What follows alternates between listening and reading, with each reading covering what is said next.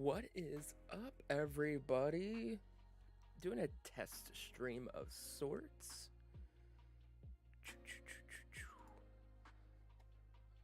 How is everyone today?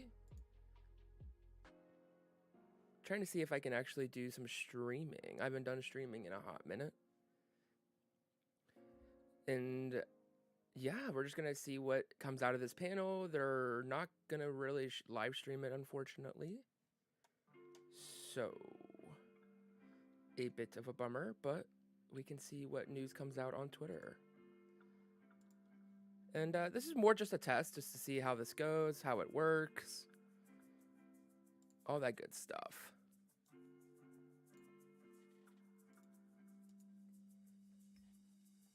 Because, again, I haven't live streamed in a hot minute, and for a while it was giving me some issues. So I do want to see kind of where we are right now. Let's give a good refresh. First up, we're starting with Lucasfilm, so this should be exciting. I'm quite curious. Yeah, I'm quite curious to see kind of what we have going on here from Lucasfilm. Thank you, Andrew. I appreciate that. Should be getting up the Thursday's Lost today. I did take a break because I'll be honest. Well, I am in the middle of editing it right now, but I was going to be paying attention to all the news coming out of here. So, yeah.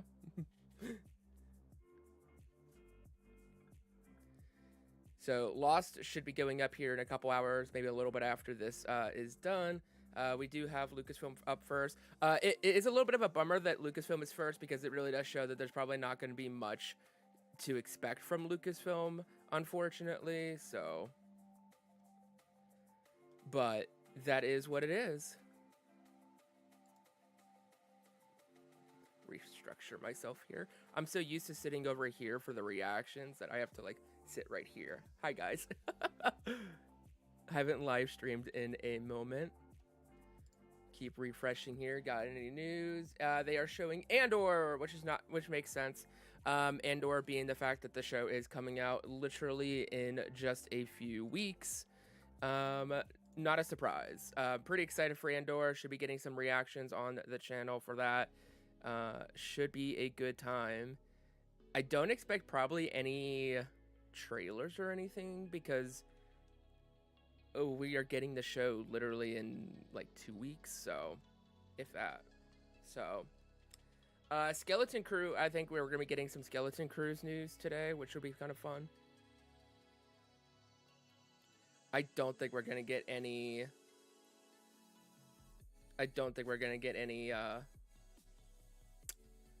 what am I talking about? Oh, theatrical film. I don't think we're gonna get any theatrical film news. So that is a bummer. But we shall see. But how is everyone doing? How is the stream? Is it looking good? Again, this is more kind of just a test to kind of test the live streaming because I haven't streamed in a minute and I want to do more streaming, especially because I want to do streaming to kind of do movie reviews and talk about movies and films and such, but I think also to engage more with you guys with my reactions like Lost and such. I think we could have some fun conversations. Which is your favorite fantastic movie, 2005 or 2015? So I actually, before about a month ago, I hadn't seen either, but I did watch the 2005 one and it wasn't great, I'll be honest. So it is on my list to watch 2015, especially before we get the new one, but I haven't heard good things about either. So nothing, any news yet. I do expect Marvel is going to be the big takeaway here. Marvel Studios is going to have probably the big spotlight here going on with this panel. We are expected to get 20th Century as well, which could be interesting. But with Star Wars kicking off the event, I mean, you could take it either way. Like the fact that Star Wars, Lucasfilm, is kicking off, it's that's kind of big. But also, you kind of leave the big surprises for the end, and you kind of you end with that. So I imagine we'll get Lucasfilm, then 20th Century, and then end with Marvel. So regardless, it's going to be exciting. Haven't seen anything here. Ooh. Kathleen Kennedy promises a lot of content from today's D23 Expo. Okay, so that's just these are good. I usually have notifications on for discussing film, and then Disney Insider. Those two I always have notifications on, so following them. We'll actually open up the main thread here too. Don't see anything here.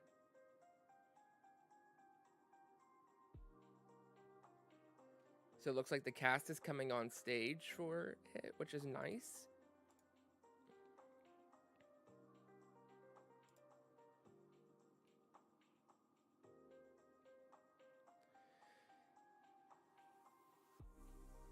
Kathleen Kennedy said that Andor is season 2's 12 episodes also, which I think we kind of already had that confirmed, but I'm not sure. I'm pretty sure they did confirm it earlier at some point to be 12 episodes. And it's a full series as a 24 episode spy series. It's going to be interesting to see how that turns out for Lucasfilm, because as we've seen, they've been a lot of their shows have been very small and compact. And so to have a set destination, to have it be set where it's only 2 seasons, it's 12 episodes apiece, that's where we're sitting at.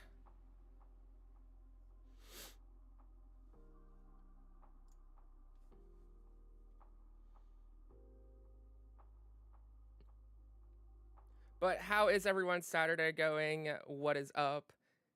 Again, if you're tuning in, I normally don't do live streams, but this is my first live stream in a while. To make sure that it works, and to see if I can use this further down the road. And I was going to be watching, or not really watching, but reading all of this anyway, so I thought it'd be kind of fun to live stream it. Oh, they're already getting ready to film, or starting production. Makes sense. Not a surprise in the slightest.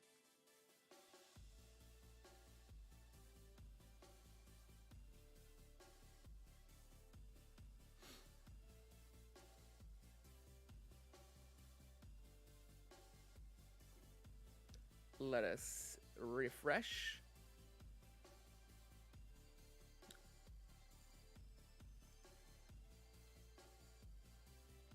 It is a bummer whenever these events happen and it's only you have to just go off of tweets, unfortunately.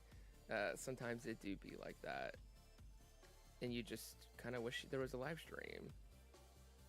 Heck, I'd take a live stream where they blacked out things for us. You know, like, that's okay. Like, if you want to black it out, I get it, I guess. I don't like it, but new character posters for Andor released. Very nice. Giving me a lot of Solo vibes. And so if you're, if you remember back to the Solo posters, kind of given like that wanted poster kind of look.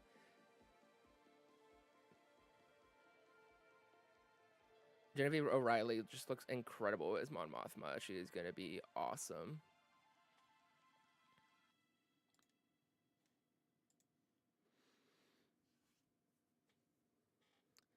But it is a chill Saturday. I got my coffee, was in the middle of editing Lost, so if you're a Lost fan, get excited. There's some Lost content coming today. It's been a busy past 2 days, and just a lot of stuff going on, and just not feeling too well, so getting that done today. That's how you know there's like something going on, is when I have literally 29 new tweets in just a minute. Let's go through the Imperial podcast here. They have, it looks like a good thread going. They got a Andor sizzle reel with original trilogy and Rogue One footage mixed in, and a great snippet of Nicholas Britt's score. And Andor and Bix have a complicated on and off again relationship. Good stuff. Kyle Solar teases that his character in Andor is someone you'll learn to love to hate. We love a good villain. Villains are quite important to this story. And so, if it ends up being a villain like it appears that this is going to be, it should be a grand old time.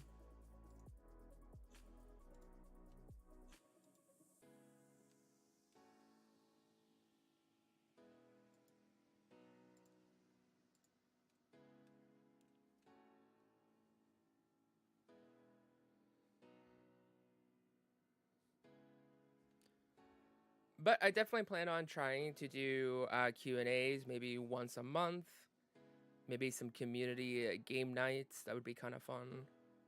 And some more reaction to news, movies, and things like that as further content.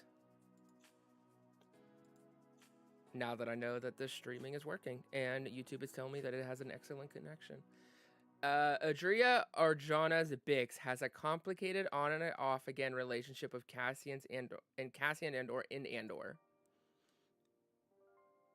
Complicated relationships, those are also wonderful. Just as much as we like our heroes, villains, we do like the complicated relationships there. So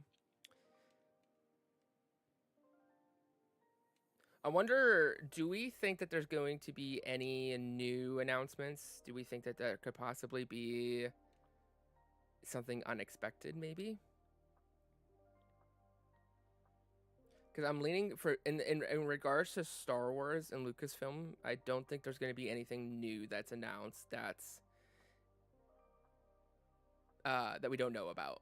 In regards to projects, like we might get maybe some casting announcements and such, but I don't think we're going to see anything.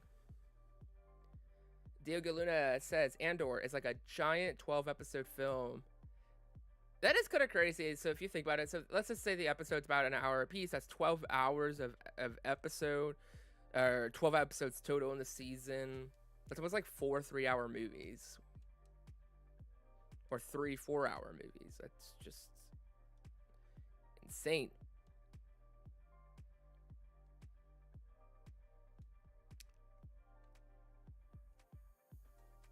And if you are here and you're watching, I do appreciate the support. You guys are amazing and great.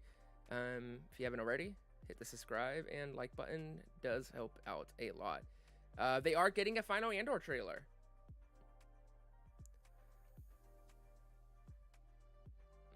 I wonder if they will show that publicly. Let's see.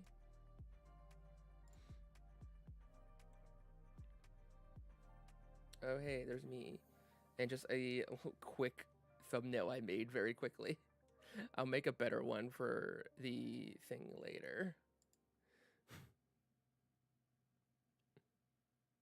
We do have an official trailer here, so let me set this up here. Let's pause Spotify's music.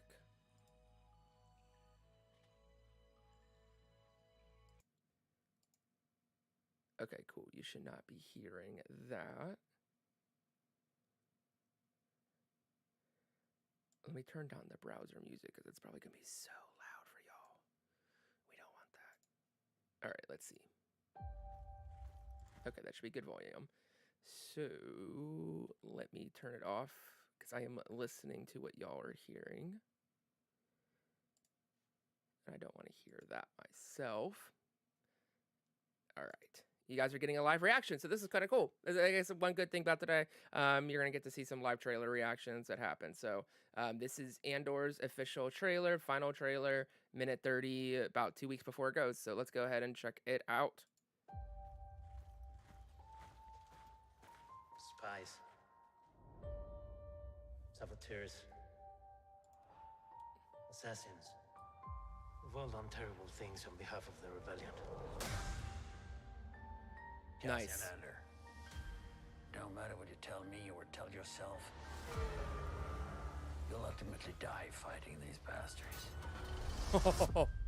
Wouldn't you rather give it all at once to something real? All right. We've chosen a side. We're fighting against the dark. It looks There is so an good, y'all. organized rebel effort. Drill down and get a hunt started. You realize what you set in motion? People will suffer. Time has come to force their hand. At what cost? Everything! Every day we wait, they get stronger. Let's take them by surprise. The mixing is really well. Call it what you will. Let's call it war. People are standing up. They're afraid. Right now, they're afraid. Marva Andor. Star Wars Oh, Andor. it looks so good. 3-episode premiere, streaming September 21st. All right. Well, that was awesome. Some Andor. Alrighty. Let's head back to subscriptions. We'll head back to that. I'll get you some Spotify going again. We'll mute the browser just in case.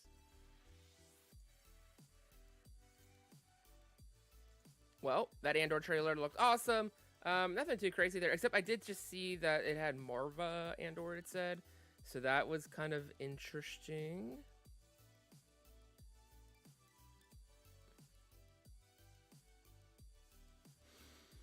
All right, let's get a good refresh. We probably have some things here to see. Ah, Willow. A new look at Phase 2 Clone Troopers. Very nice. They were in the trailer. I didn't even notice, which is kind of crazy. I need to see Willow. I have never seen a Willow before, so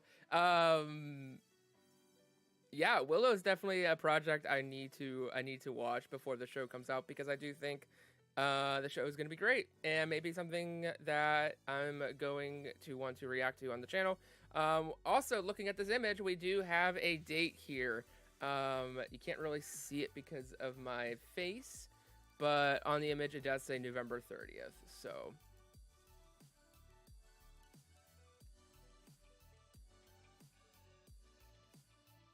exciting stuff, y'all.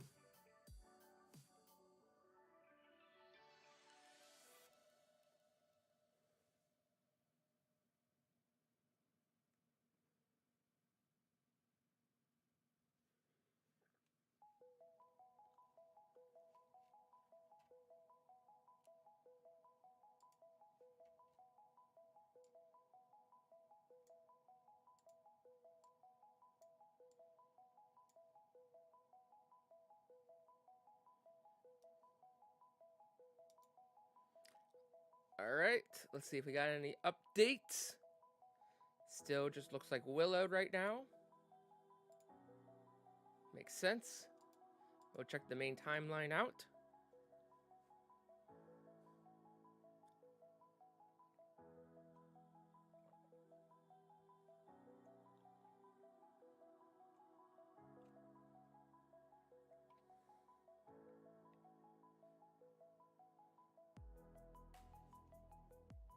All right. I would say so far, kind of what we expected. Starting off with some Andor, getting some Willow news. We knew Willow's going to be a big fall show for Lucasfilm. I don't know much about it. I remember seeing the first trailer of Willow when it came out, but I don't like the first for the show. But I don't know much about the movie, the concept, the universe. Much about it. But it's gonna be something I'm gonna have to watch here.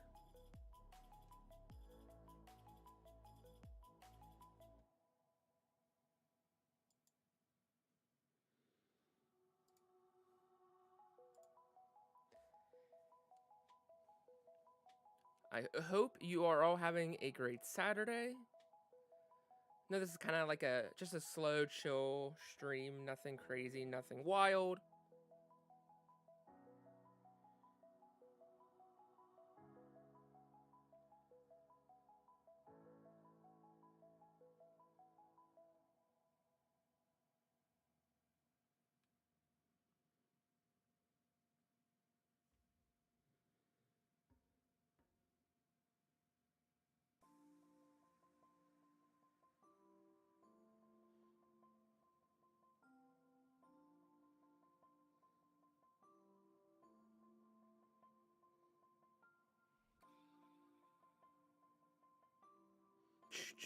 Sending out a quick tweet. Now that I know that it's working.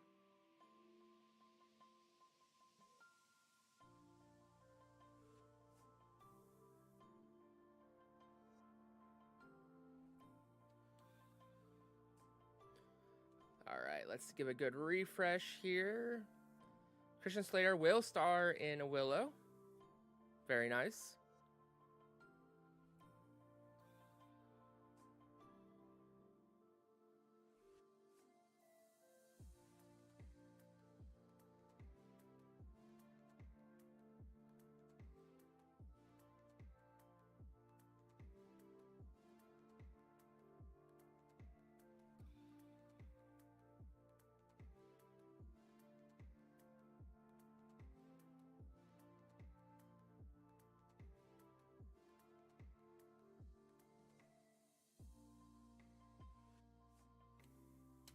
All right. Back to the show.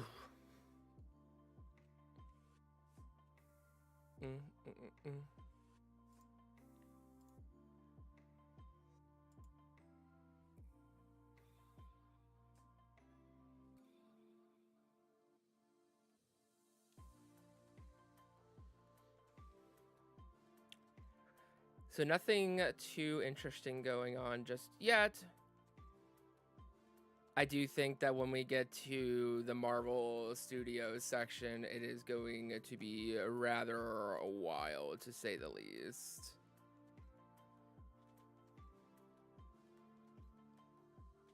And I'm excited for that. I do a Marvel podcast weekly with a great friend, close friend of mine. So we will be definitely talking about all the Marvel Studios news to come out of this.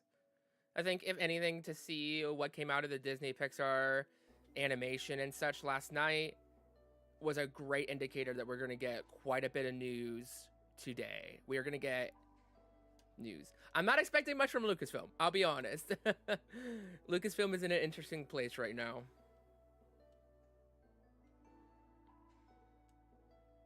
New Willow trailer. Let me turn off notifications for this because I don't want that to interrupt our thing for now.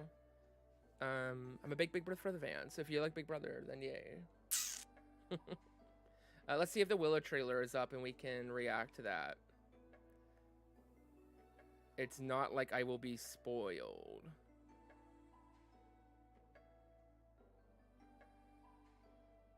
Nothing yet. Also, the Ubisoft Forward is going to be going on, so maybe I will watch that later too, which could be fun.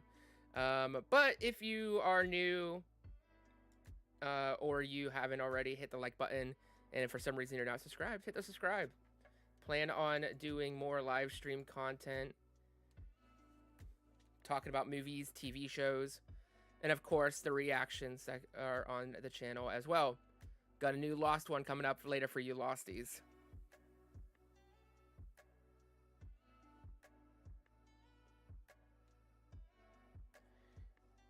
I would feel that the Willow one would come up on here live, but I could be wrong.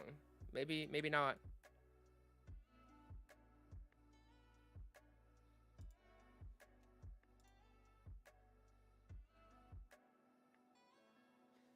And it is premiering November 30th, which is what we've expected, so.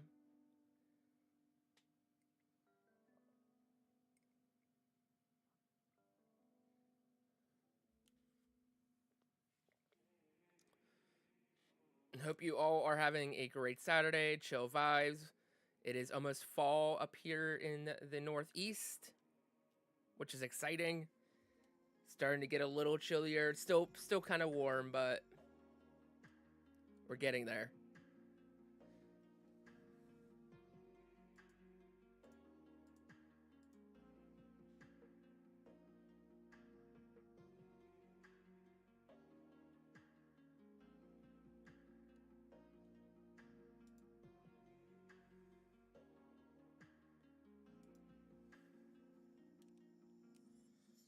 Says no data, so let me make sure that the stream is still working. It does appear that it's still working, so that's good. So that's good. It was saying no data, so I was like, what does that mean? But okay, cool. We'll just go with that. I wasn't sure if the Andor trailer got it taken down.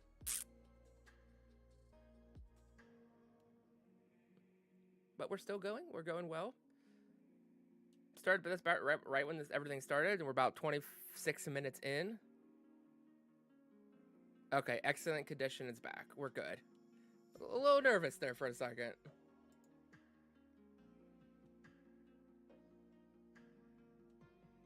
Oh, we do have a new Willow trailer we'll check out. Bad Batch Season 2 is now being showcased, and it will premiere on Disney Plus on January 4th. There were some rumors going around that it was going to be in January due to some coding in Australia at Disney Plus, and it is now confirmed January 4th for Bad Batch Season 2. Let's refresh on here and see if we got Willow. Oh, we do got Willow. Let's do a live reaction to Willow as well. Mute Spotify, pull up the browser sound for y'all, and I guess I should also mute Spotify for me. All right, Willow. Again, I know basically next to nothing about Willow, so just seeing these trailers, it will be fun. You think you know what is real and what isn't. It looks phenomenal. What is light? What is dark? Now, forget all you know. Come with me. Willow. I need to watch Willow. We're looking for the sorcerer Willow. I was told that once long ago you defeated the forces of evil. You remind me of your mother. That must be about the movie. My dear friend, I thought I could prevent all this. I was wrong. Okay. My brother was abducted. The world needs you again. It needs your magic. Follow me. We must go. Beyond Erin the edge of Kellyman, our love her. world. Into the unknown. Willow! I need your help. Just like old times. Oh my goodness. Running. Horses. Man. Happy to see it. This looks so good. True enemy is still out there, rallying the forces of evil, and the only thing standing in its path is us. I'm going to enjoy this. If you're thinking what I'm thinking, so am I. I doubt that very much. Take him to my tent and make sure he's tied up. I don't know. See, that kind of sounds like we're on the same page. When I was a kid, I used to play at being a sorcerer, Oh. visiting strange worlds, fighting monsters. Never thought I'd actually really do it. What the hell is that? This is awesome. Trolls. I'm so miffed. We have to hurry. How will you defeat us? Same as last time. With my friends. Hey. Ooh.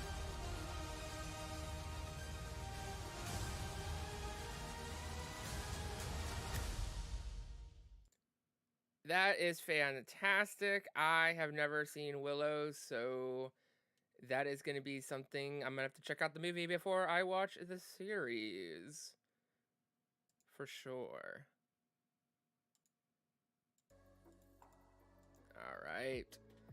Let's see if any news on Bad Batch. Great animated show that surprised quite a bit of us. Oh my goodness, we got quite a bit. All right. They went rapid fire on us. Oh, Dave Filoni has arrived. Wonderful. Okay, got a lot of bit here to catch up on. Tales of the Jedi is also being showcased. Will premiere on October 26th. Yay! I have seen the first episode of Tales of the Jedi with Ahsoka. I saw it at Star Wars Celebration in May. Tales of the Jedi is fantastic. The first episode. When Tales of the Jedi does come out on October 26th, you guys will want to watch it. It is really good. Yes, they are short, but they are just, they're like little mini like episodes, and they're really good. Especially the Ahsoka one. Woo! The one they showed us. It's so good. It's so good. Y'all will like it. Okay. Well, that's huge. Bad Batch Season 2 is 16 episodes long, just like the first season. So we will have 32 episodes total of Bad Batch so far. It's not the final season from what it says. It will have a 2-episode premiere on January 14th. Oh, January 14th. Originally, I saw January 4th. So I wonder if that might be a typo. Tales of the Jedi, October 26th. 6 episodes long, 3 episodes focusing on Ahsoka, 3 focusing on Dooku. Oh, we have a Tales of the Jedi trailer. Oh, I think this is maybe the one that they showed us in beautiful poster. Ahsoka's up next. Oh my goodness, they are going rapid fire on us. Let's go ahead and look up the trailer for Tales of the Jedi. I do believe I saw this at Star Wars Celebration, but they did not release it to the public. They do have the official trailer. Let's go ahead and pull it up here. More than likely, this will not be a fresh reaction unless the trailer is different. If the trailer is different, then I will know, but let's go ahead and react to Tales of the Jedi official trailer. Everywhere there is life, but you must face. I'm pretty sure this is the same trailer, but it's exciting. Honor it. Being able to watch it. Do not fear it. Oh, yes. Baby Ahsoka, y'all. Jedi. Ahsoka is Jedi. It's so good. The best way I can protect you is to teach you how to protect yourself. Master Dooku. I want to bring peace and order to the galaxy. Yep. Master, stop! Qui-Gon, yep. It is the only way you They got will Liam have Neeson's victory. son. My Padawan. Mace. Again.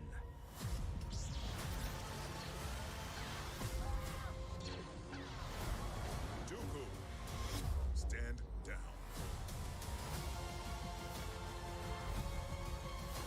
Bail.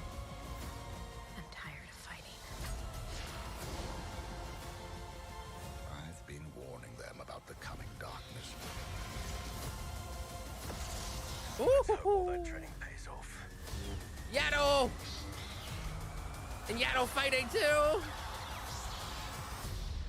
And who might you be?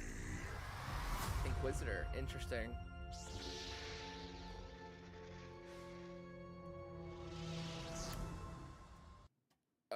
Let's see, we do have a copyright warning, let's see.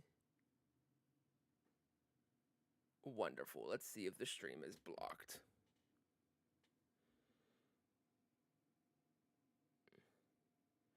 Makes sense that that one would be the one.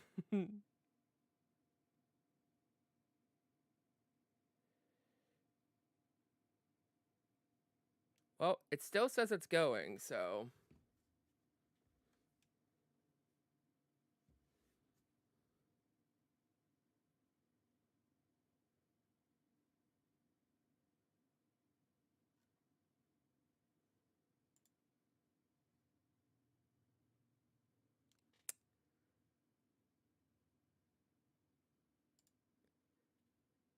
It does say it's still going, so I'm going to trust that it's still going, so.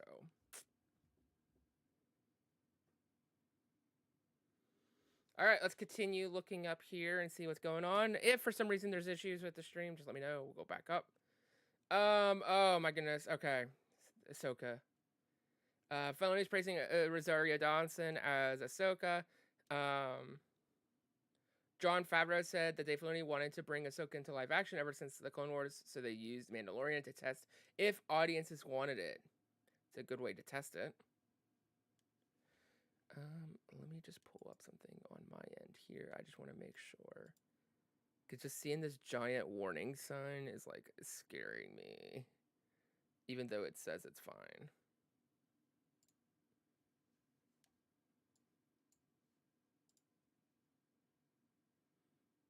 Okay, well, the warning sign has gone away now, so, you know, I don't know.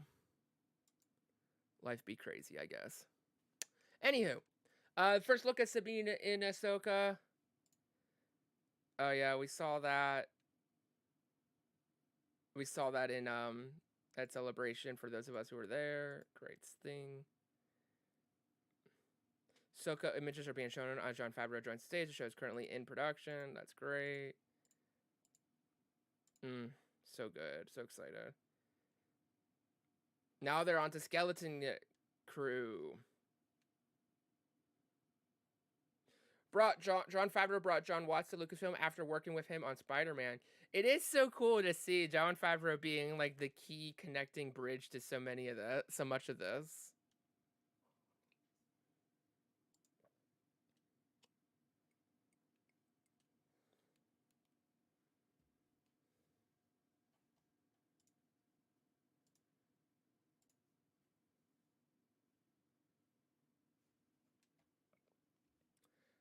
Let's put on the music, shall we?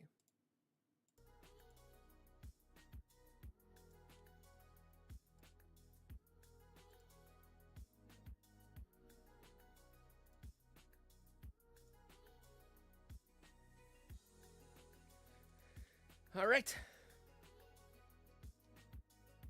Wow, they already wrapped filming.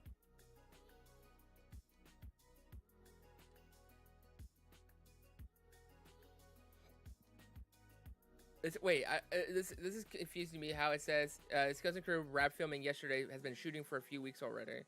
That makes it seem like it's not done. This makes it seem like it was done.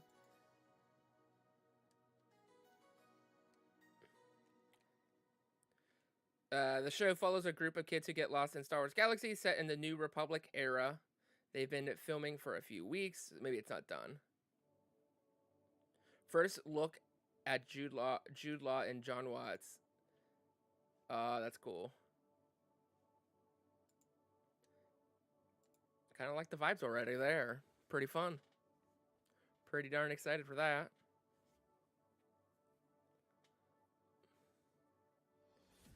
Again, thank you guys so much for the support. Biggest thing you do if you're already subscribed is to hit a like button.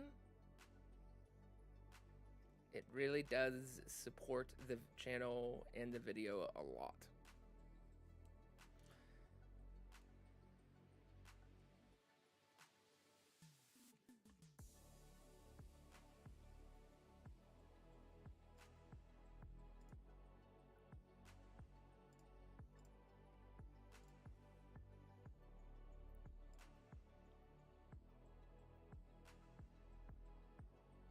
All right. Now talk about season 3 of The Mandalorian. Here we go. So they showed a short thing to the people who went to the first panel at Star Wars Celebration. Like just the openings panel. And then when they did the Mandalorian Plus panel, the one that I went to, they showed us an extended one. If they show that trailer today, y'all are gonna lose your minds. That Mandalorian Season 3 trailer is delicious.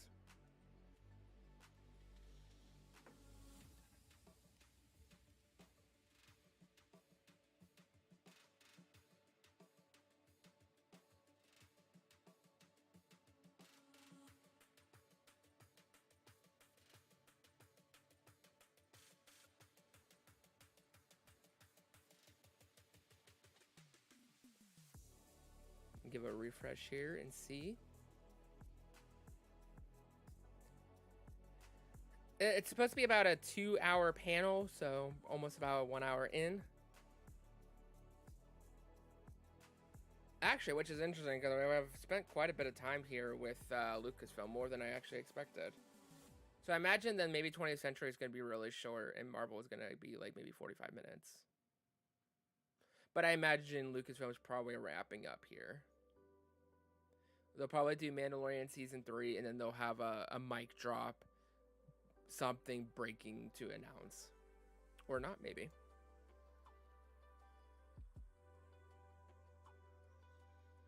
That is something that we did learn in at Star Wars Celebration, that Rick Famuyiwa is going to be an executive producer, which is quite awesome. He has, I do believe, directed some episodes, and he's done a really good job.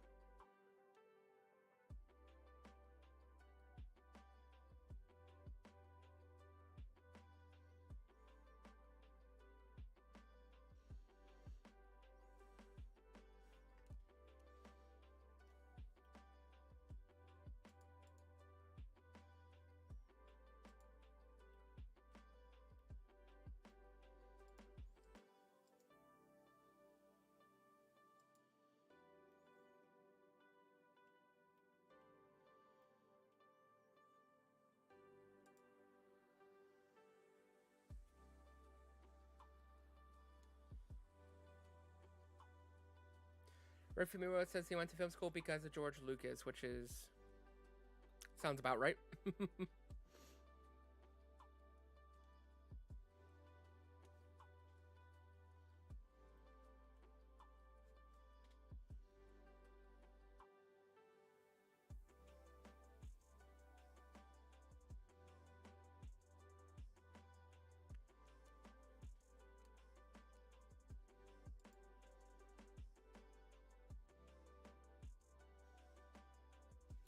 They've been bringing out the cast.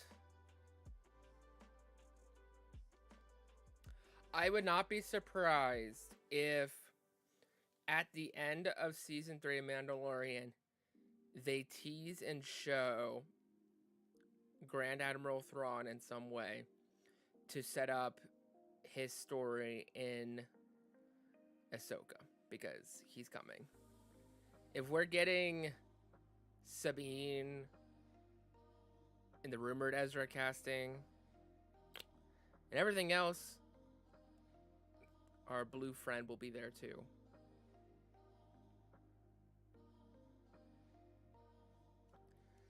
But again, how are you all today on this fine, chill Saturday?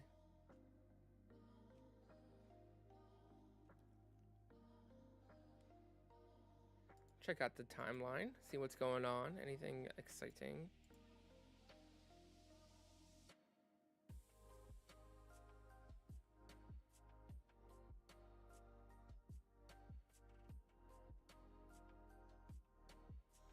Yep, got some Mandalorian cast, they're all there. Very nice.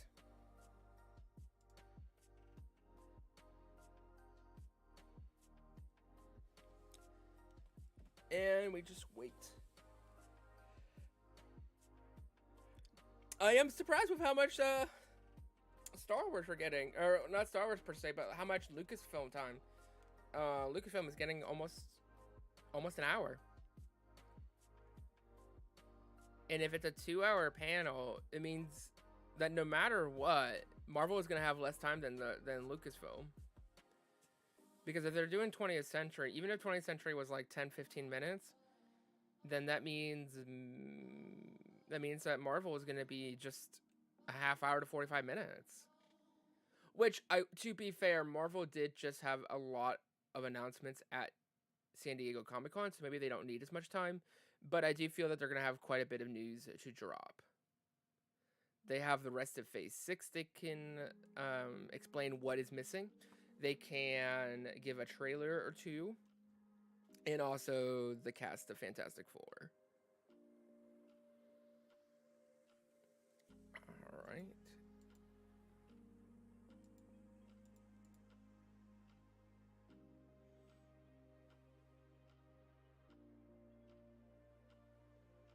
Pedro Pascal hints at interesting guests are backstage. What could that mean? That's exciting, Eric Voss.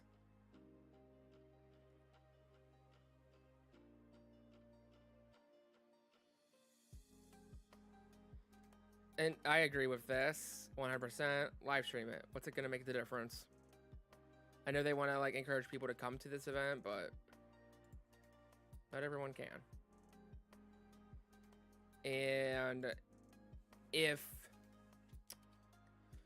I don't know, I'm just literally, if you want all this hype and stuff, which people are going to tweet about it anyway, but why not share it with the public? I don't know. That's why I was like really bummed that for Star Wars Celebration, they didn't live stream any of the first panels, which was so odd. It's like they used to, and then they didn't.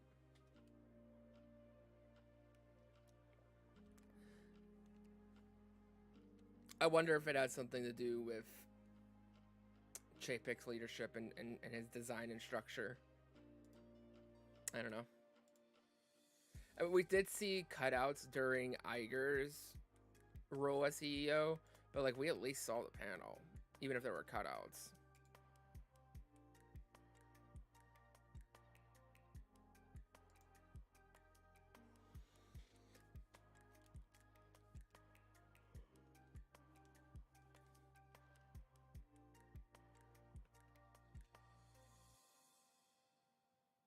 For a hot second there, we were getting like bam, bam, bam, bam, bam news. Like it was quite a bit.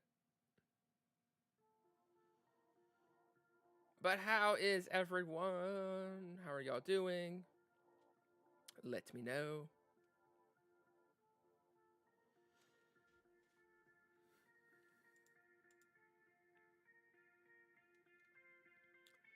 Go back to the timeline because I was getting a little bit more despite 61 tweets. Yeah.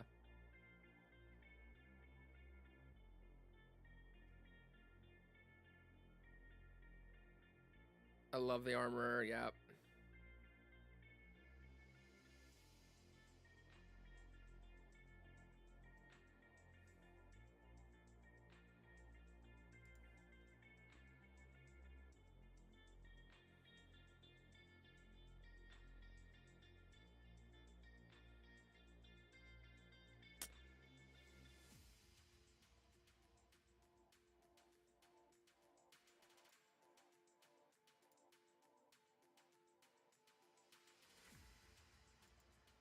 Must be just talking on stage.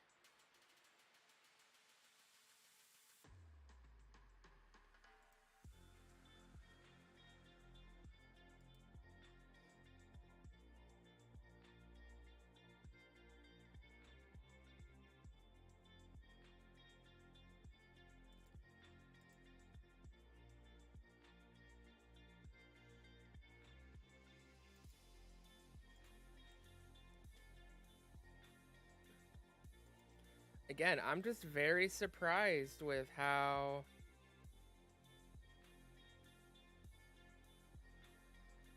yeah, Amy Sedaris is awesome in her role. I'm surprised with how much time Lucasfilm is getting. It's a bit surprising. I'm not necessarily mad or upset. I'm just kind of surprised.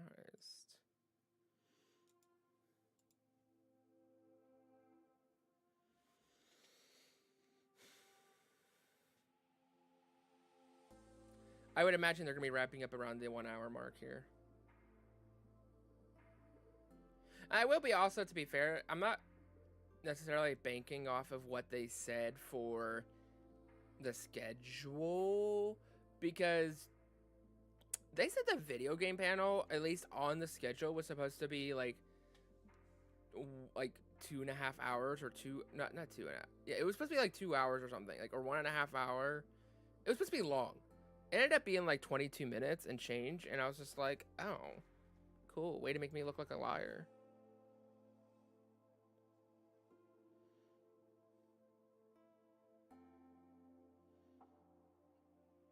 Nice. I'm hearing good things about this movie, Bones and All. Can't wait to check it out. A little off topic, but quite excited for that.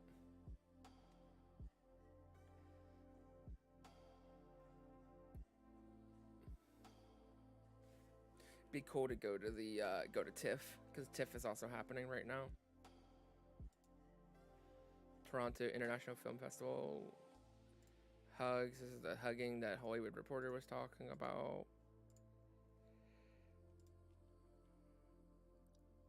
When Giancarlo Esposito starts speaking, you know it's going to be great. We'll have to share that video. Okay. Cool.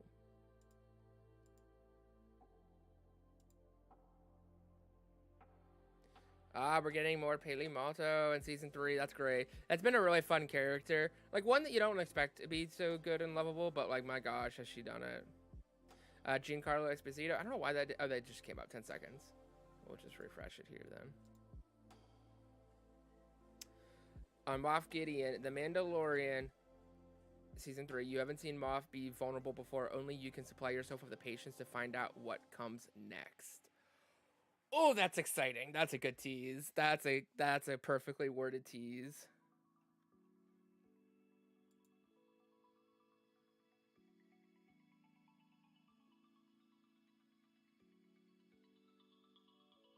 Here, let me also turn off. That way, when we are... I'll turn it back on later. That way, we are just getting D23 news for y'all.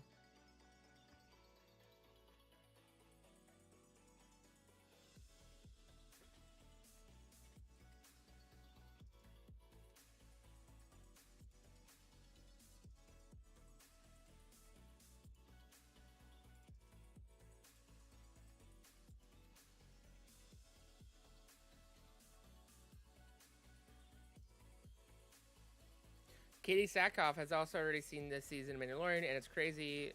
Is Screen Rant doing some good responding here? Yeah, we'll add them to the list. Some of their articles have been a little clickbaity, but we'll allow it for today. Eric Goldman's also pretty good too. We'll add him to the list. They are showing a teaser trailer. I do wonder if we will get to see this, if this is the same that we saw at Celebration. I'm not seeing anything here.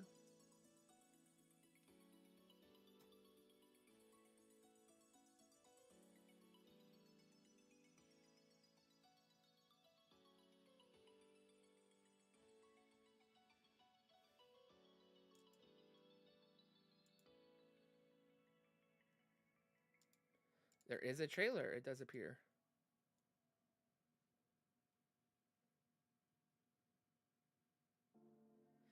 All right, let's see if I can refresh and it's up.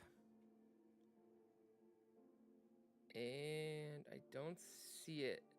I think it will be because they show it here. So, and I do believe it is the trailer that we saw.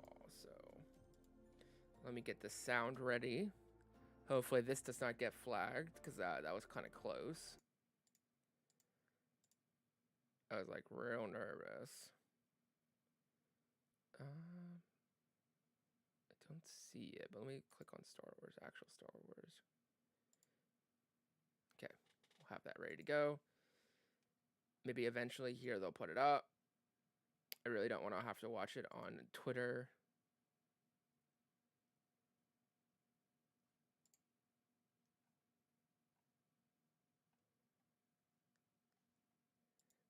His social media account is doing so good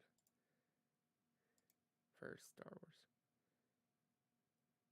February 2023, it's exactly what we expected. That's what they told us. Still waiting for this to come up here. Come on. There it is. I don't know why it wasn't showing up there, but we got it. Let's go ahead and pull this up and react live to the minute 51 trailer here. Let me unmute. Turn that volume down a bit because I think it was a bit loud. And y'all are unmuted. We're good. We're good. Let's go ahead. Oh, I do think this is a bit little different. A little more flashbacky. You are as its father. A clan of two. No. Love Mandalorian. But you have removed your helmet.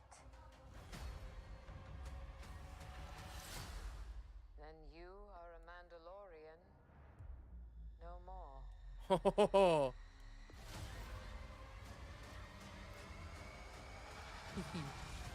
This feels different, but I don't know if it is. Oh. Your cult fractured our people. Yo. Yep, this is a different trailer. Where were you then? Woo!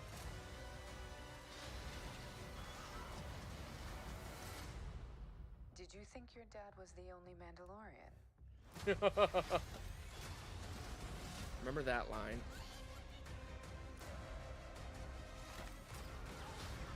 See, some of this is familiar. Some of it's not. Yep. All right, kid. Hang on. You ready for an adventure? No.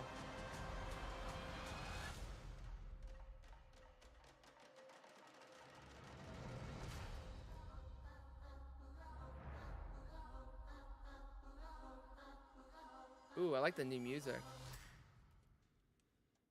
Yeah, so that was definitely different. It had a lot of similar things that I had seen already, but some new things there for sure. Which is exciting. Let's go ahead. Mute. Ooh, wrong mute. And we'll go back and refresh and see if we got any casting announcements, maybe. They did not announce anything there. Oh, we're gonna talk about Indiana Jones.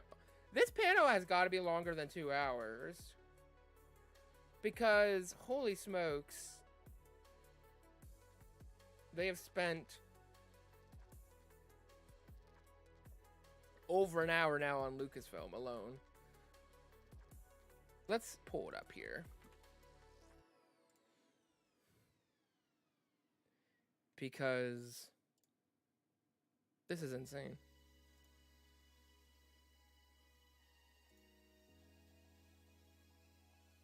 It says 2 hours. Wow.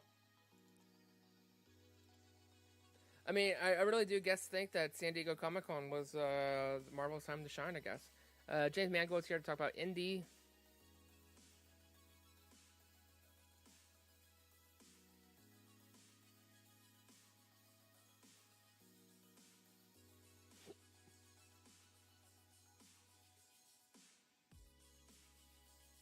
They're showing a first look at Indiana Jones. I kind of don't expect us to see that.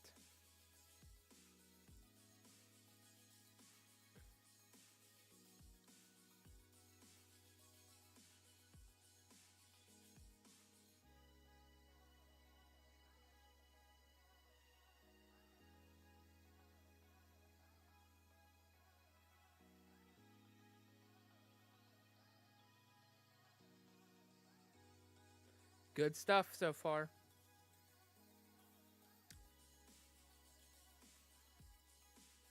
Let's see if we get an indie trailer. I don't think we will, but I still think it's a bit early.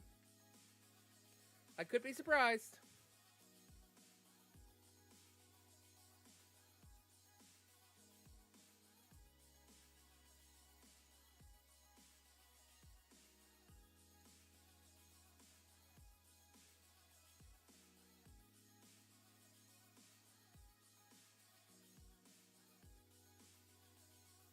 It's such a good image.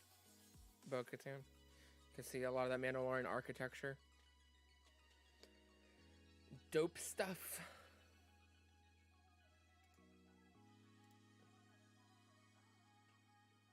I am still just so surprised. how much of this is freaking Lucasfilm. It's a bit surprising.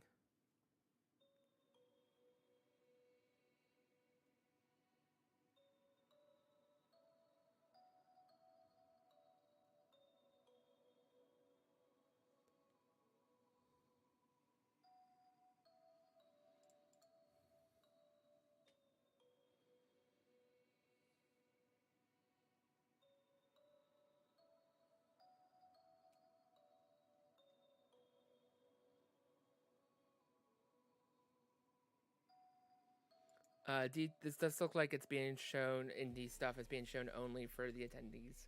That makes sense.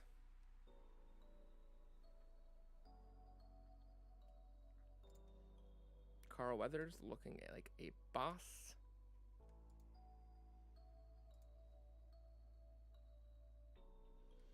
Ah, we're getting Harrison Ford and Phoebe Waller-Bridge.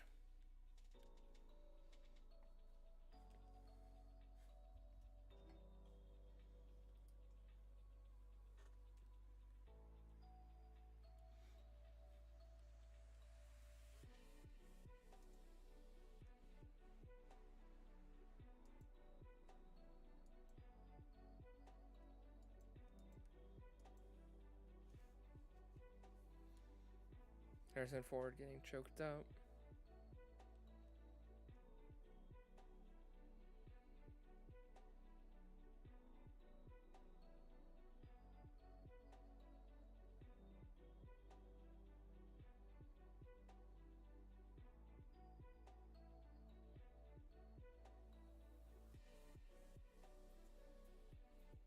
Indie footage is phenomenal. Indy is Helena's godfather. Harrison and Phoebe are here.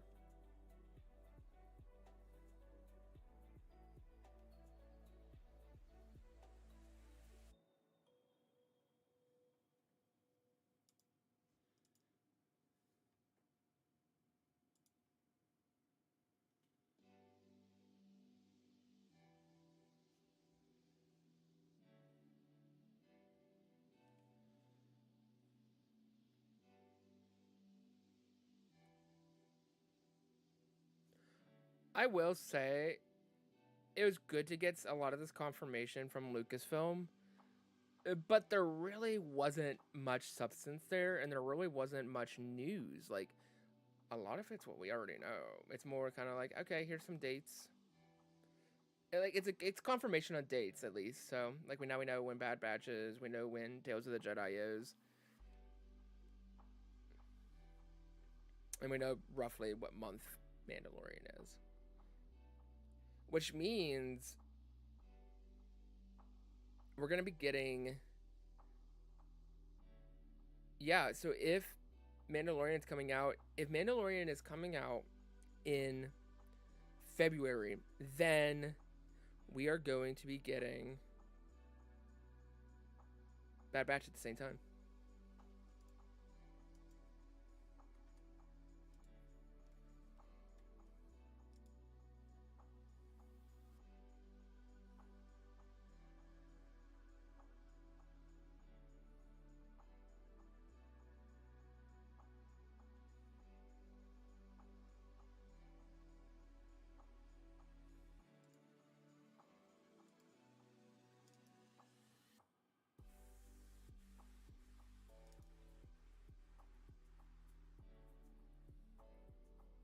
Ford said the film is what it is because of Phoebe Waller-Bridge, and we watched the teaser for the film, and it looks incredible. It's in theaters June 30th. So at this rate, my only bet would be that... Here's my two things, is that if this thing is ending in 45 minutes, then we're going to get 15 minutes of 20th Century, and then a half hour of Marvel.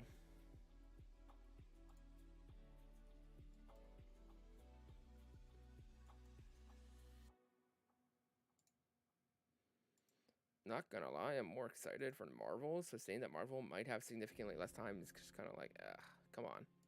But that's okay.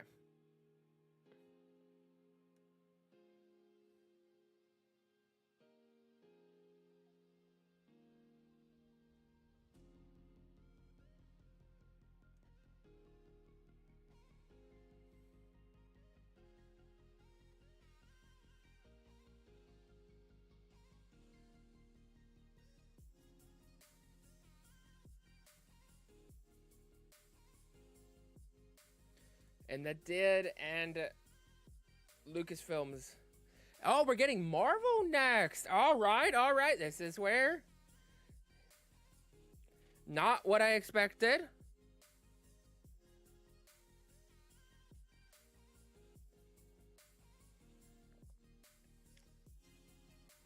Marvel.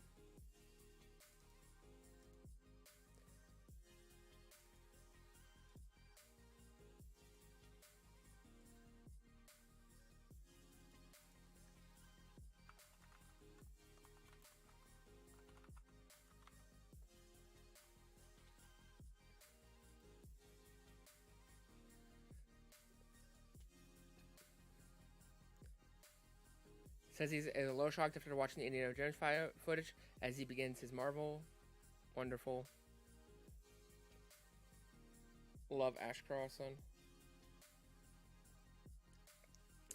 Definitely a inspiration for me, to say the least.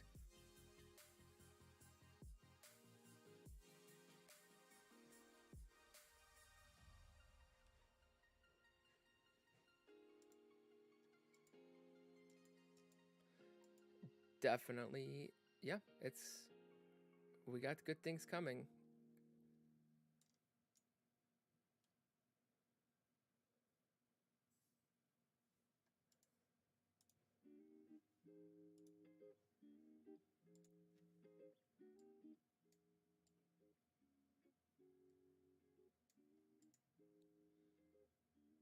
They're doing a live performance of Roger the Musical.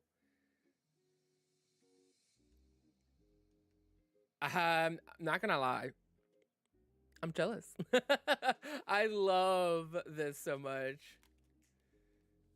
I love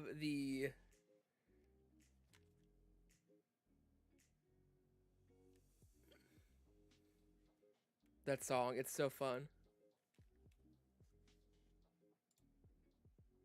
It's so much fun. Let me exit that so I don't get confused. They're probably doing just a song save the day, I would assume. Yeah, he said Kevin Feige's now to talk Marvel Studios. He says he's always jealous. Everyone else gets to do music performance on stage, and then live performance. That's fantastic.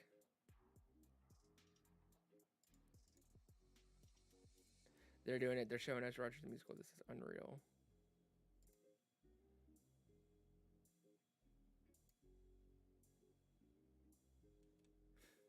That's fantastic.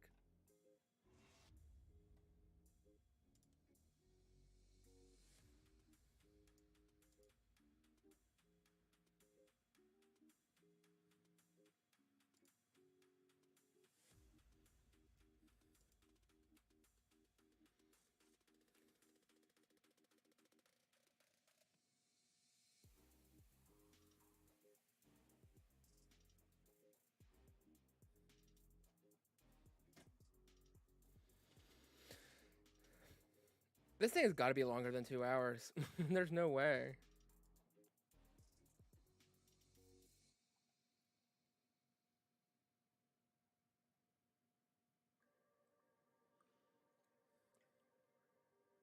I don't know. Elden Ring's music is out. Great game, by the way. If I was streaming gaming again and doing that, I'd stream Elden Ring because that game was quite fun. Is quite fun. About to get some Marvel reveals. What are we thinking up in here? Gonna get the Fantastic Four. I also imagine we're gonna get something where like Deadpool interrupts the show or crashes the show or something like that. And we're gonna get more news about Deadpool 3.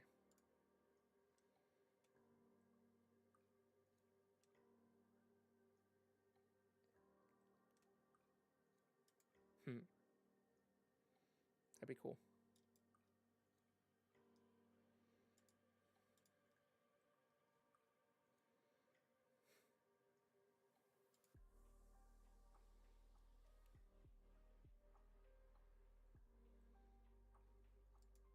That's awesome. That's so freaking awesome.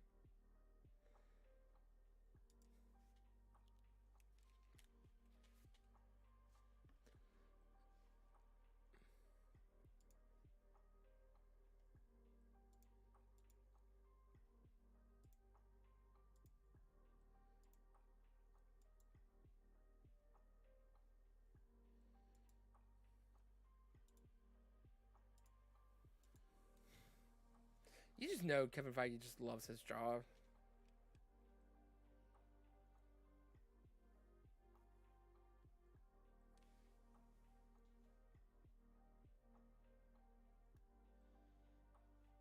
Man, that would be so cool to see that live.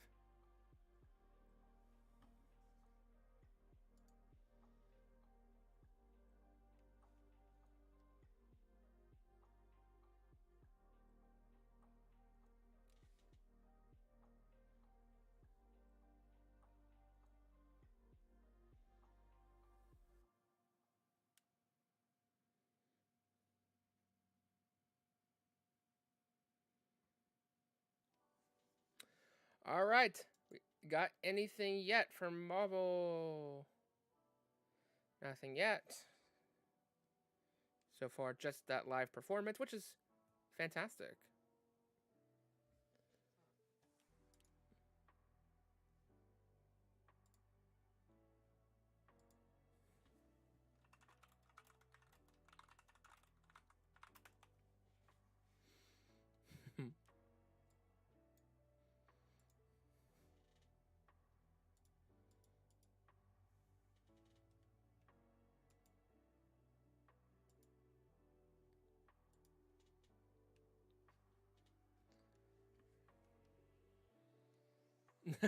Kevin Feige, there it is. The first, maybe the last Marvel musical sequence at D23.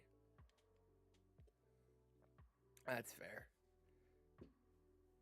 Not gonna lie, that song's a bop though.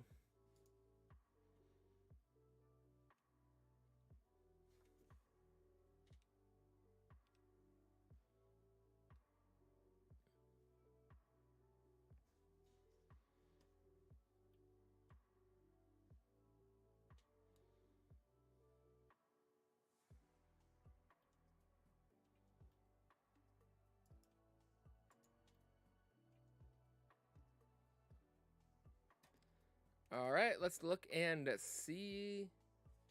Oh, they're starting out with Black Panther. Ryan Coogler is kicking things off. Going right back to the cutting room right after this. Makes sense.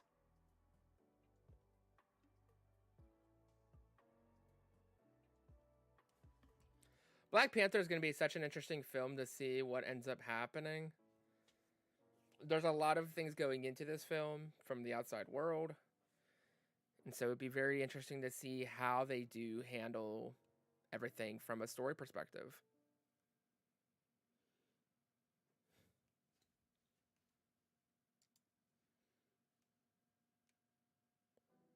They're getting an exclusive footage, so I do believe that exclusive footage will be just for them.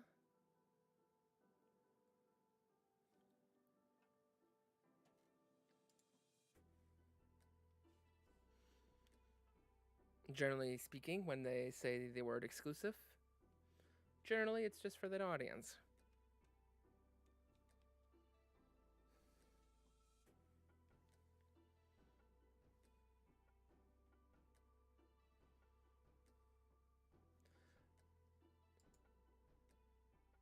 I will say that with them showing Black Panther, I do think that we're going to get a lot of things beyond talking that.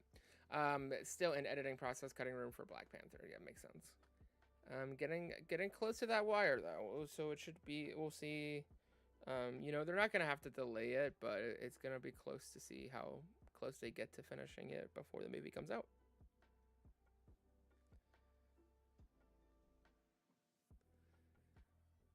And not only that, is this a film that has so much going into this from the outside world? It's also the end of Phase 4, so it's going to be a huge film in so many ways.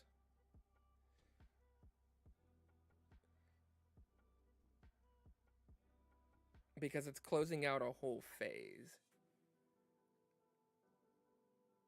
But it's also like setting up the future of Wakanda, setting up the future of the mantle of Black Panther.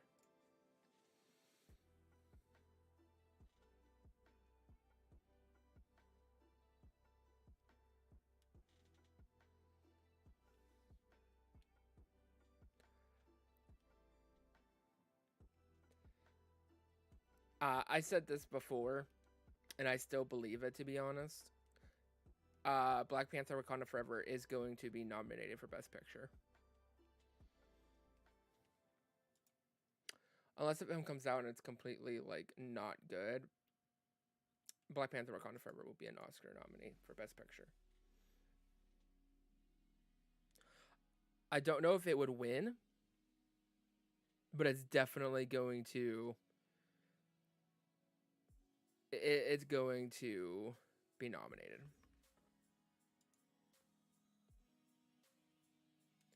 Let's check the timeline since we haven't got much of anything on the notifications. Oh my goodness. So much going on. Still nothing there. Might be still getting shown footage.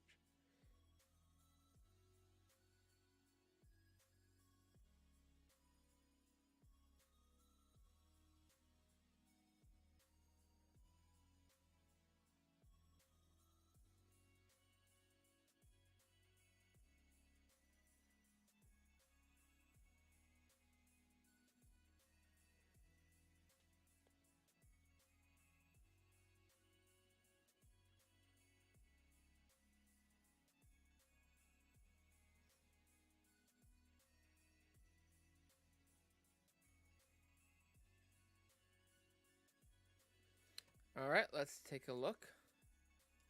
Got any news? Nothing yet. They must be still showing footage.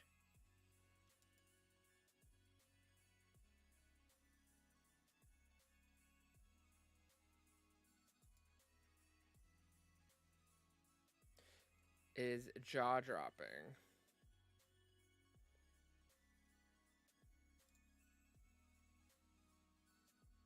Namor.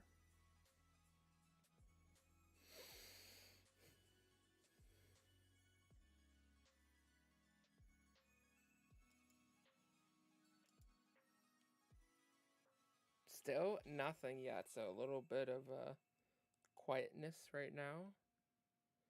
Probably get something here. And again, I must say again,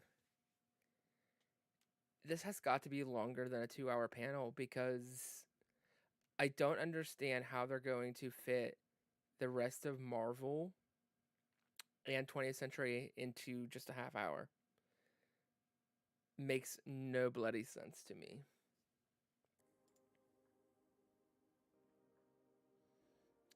The cast is now arriving on stage, which is exciting. Again, thank you guys so much for watching. Does appreciate it a lot. Big thing you could do is while watching is just to hit the like button down below. Really, that's the only thing you got to do. It's really big help. And if you aren't subscribed, subscribing also does help as well.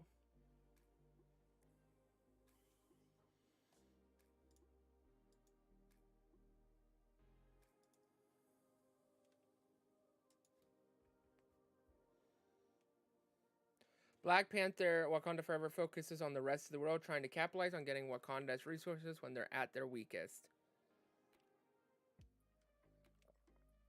That is such a great way to introduce Doom, too. Like, I really do think Doom is going to be introduced in some capacity. The footage was fantastic. Denai Garai led the Dora Milaje, tearing it up against some intruders at Wakanda, trying to steal their tech.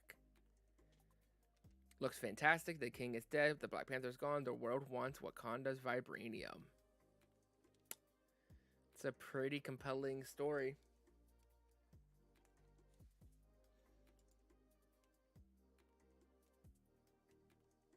Just as good as the first one. Don't mess with the Dora Milaje.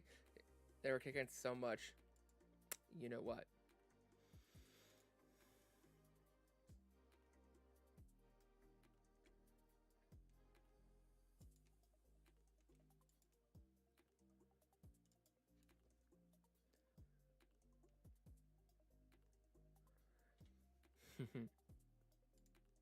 Fantastic.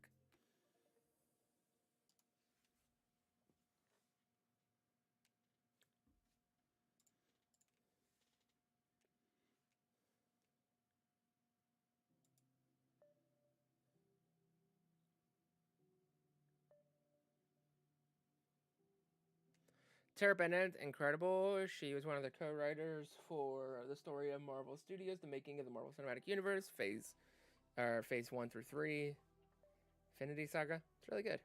Check it out.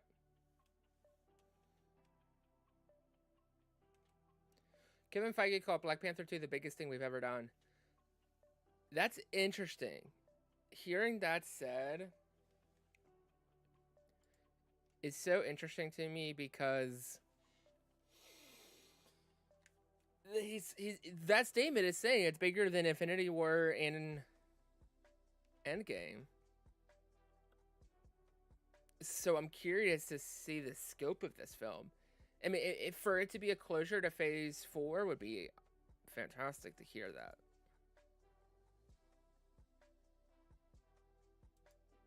A lot of Namor action, including him fighting a M'Baku.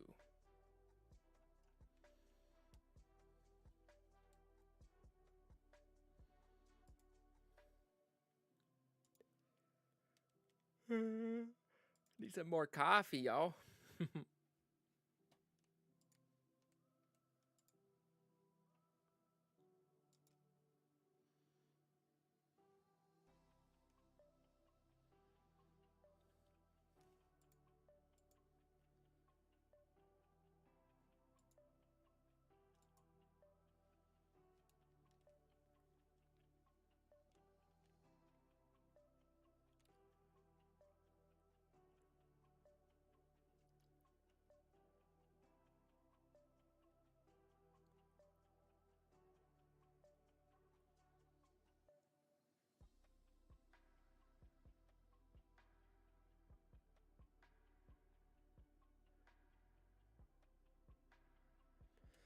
Wakanda Forever, a group and sequence showing Angela Bassett as the Queen staring down the world government about not sharing vibranium, intercut with a special ops team trying to break into vibranium facility. The law is laid down powerfully. Very nice.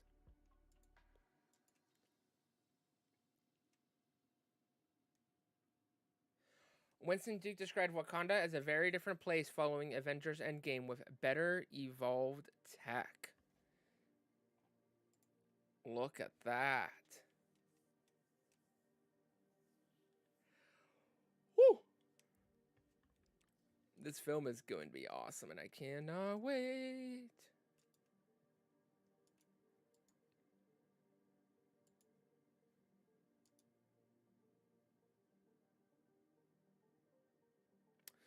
They are showing Ironheart. And they're getting an early look at the series. Ironheart's coming out next year, isn't it? I think so.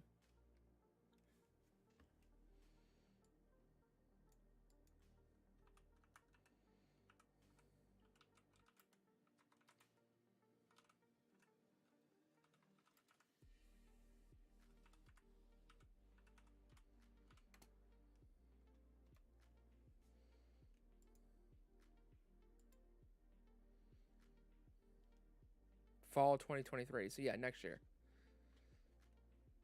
Like, I mean, is it next year? That makes sense. Probably a little too early to show anything to the public, but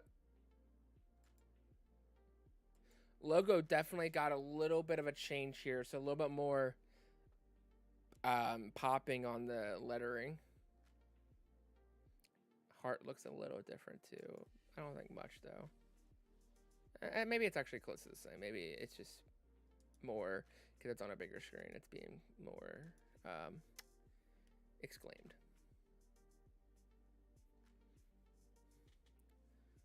Ironheart's going to be a very interesting show. I can see it could hit well with the audience, and maybe it's not. So.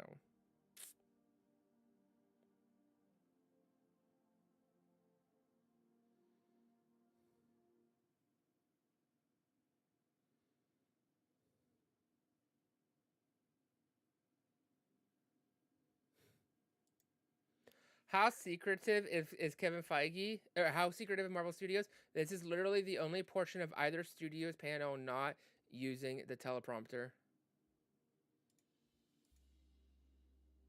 Well, there you go, y'all.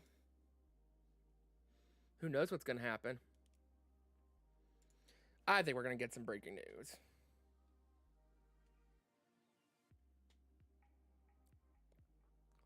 Footage from Ironheart is shown. Riri Williams is introduced in Black Panther 2, and Jim Rash is back.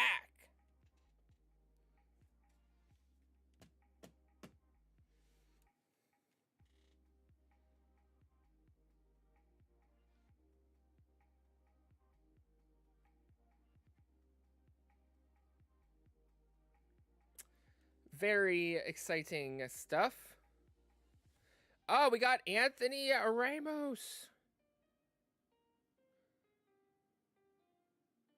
Ironheart looks awesome. We got our first look at the hood, Riri building her suit, and some really cool action sequences. Anthony Ramos is on stage. He again is going to be playing the hood, from what the rumors have been saying and everything, and this probably does confirm it too. Anthony Ramos is definitely a snack, and I cannot wait to have him.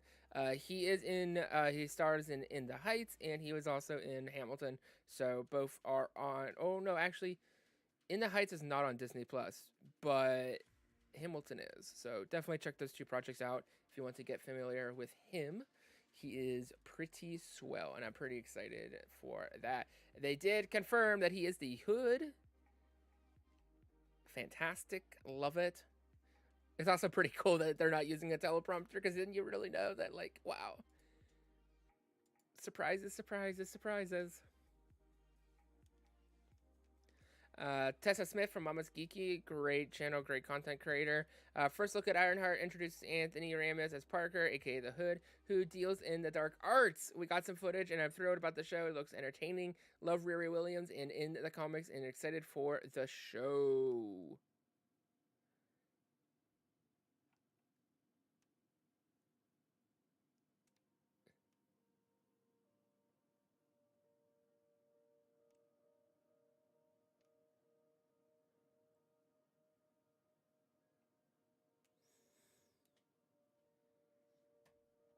Nice. Super excited.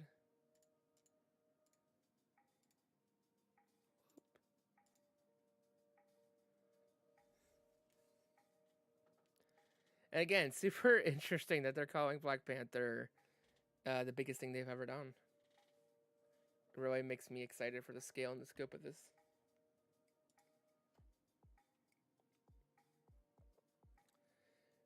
I brought this up on the Marvel Cast in one of the prior episodes.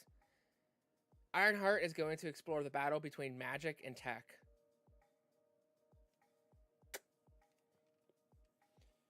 Because let's also not forget, and we might even talk about it here.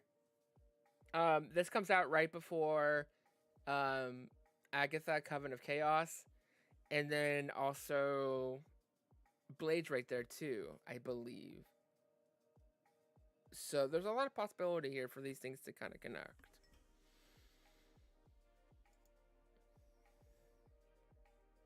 Ant-Man and the Wasp: Quantumania is up next.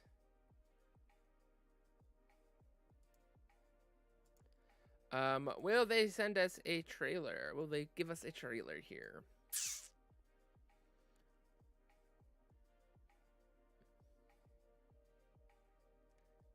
They all Paul Rudd, Evangeline Lilly, which for my Losties, and Jonathan Majors takes the stage. Nothing appears to be on YouTube for Marvel at this time, so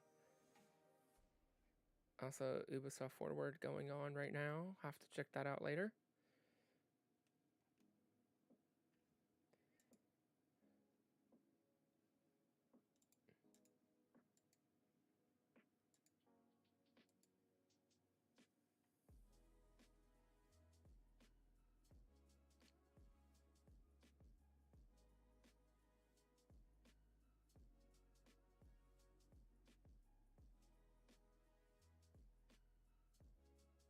Alden Ehrenreich is shown in the exclusive footage of Ironheart, so he is back.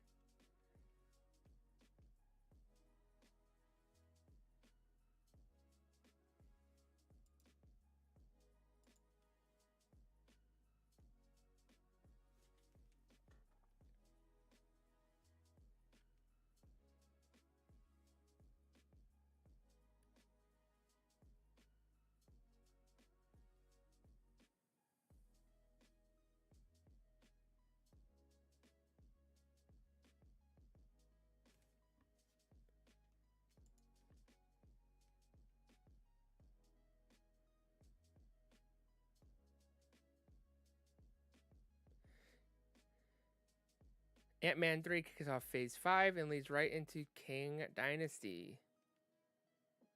Huh? I don't know what that means, because Kang Dynasty isn't... Oh, right into the Kang Dynasty. Meaning, I guess, the Dynasty of Kang starts then? Not sure. Interesting wording there.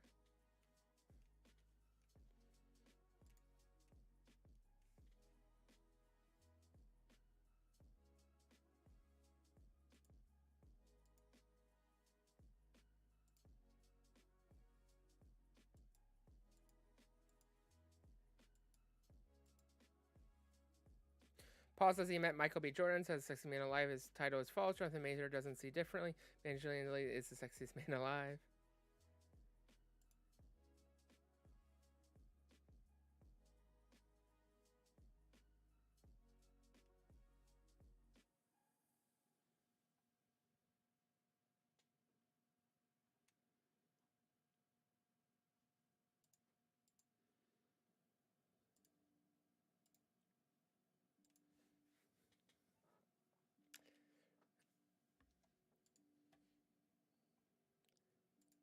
Alright. I do wonder if we'll get a teaser trailer for Ant-Man and the Wasp: Quantumania. It's very possible. If we don't, then we'll probably get it for... We'll probably get it with the Black Panther Wakanda. That way it's shown in the theaters. So definitely going to get some news about, you know, Phase 5 here a little bit probably, being the fact that that is going to be right around the corner. But I think the big question is going to be for sure, what are those missing films and shows that are in the spots for Phase 6? What is Phase 6 going to bring us?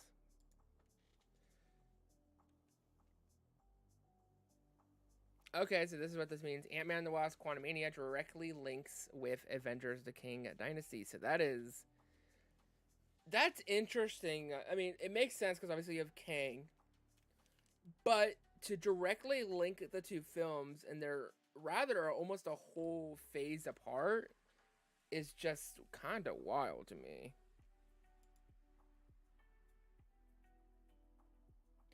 They are getting a teaser, and it's exclusive to the attendees. So once again, more footage being shown that is only there. I do have a feeling that most of Marvel content will be exclusive to attendees. That does not mean we're not going to hear about it, though. So if everything is like on schedule and things stay true, this is over in 16 minutes. So I am starting to think that that is not the case.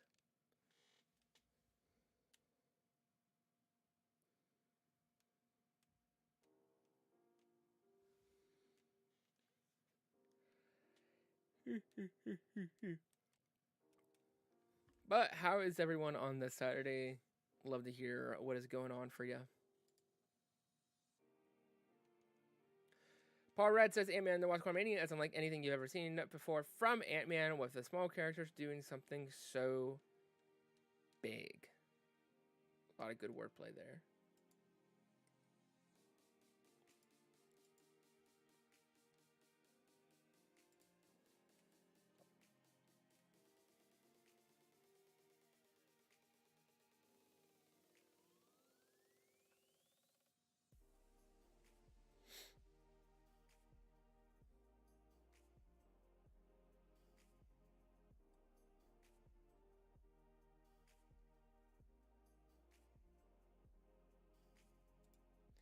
Jimmy Woo apparently is back in Ant-Man and the Wasp: Quantumania. That is exciting. He was so good in WandaVision. Love him. More Jimmy Woo is great. I love that some of these side characters can really, you know, get some really great followings.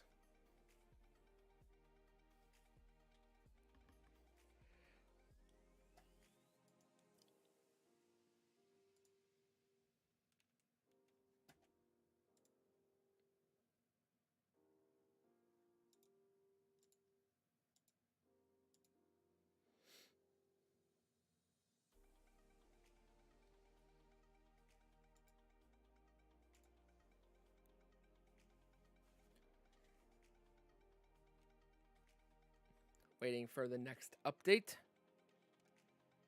Again, really hoping we get some. I hope by the end of this, maybe except for maybe a surprise or two, I'm really hoping for just to kind of know what the rest of Phase 6 is so that we can know what the next few years are going to look like for the rest of this multiverse saga. It'd be kind of nice for some podcast planning.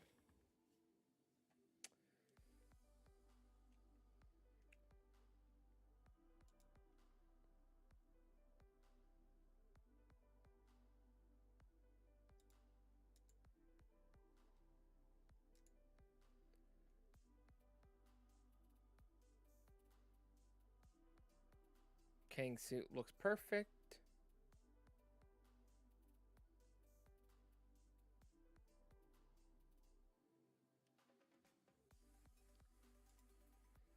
Yeah, I'd love to know and set in on some of the marketing and such and know why the decisions are made to show exclusive content online versus in studio and such, or online versus in conference and whatnot.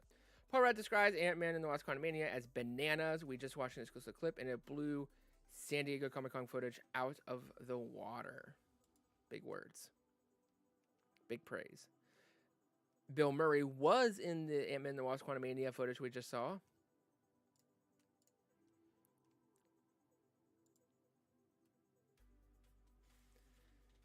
Getting some good news here from Hall D23.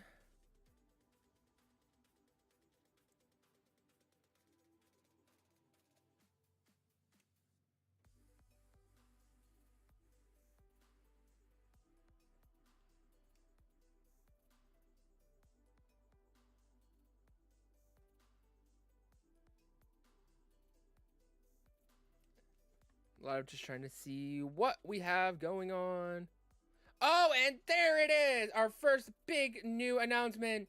Werewolf by Night is finally announced.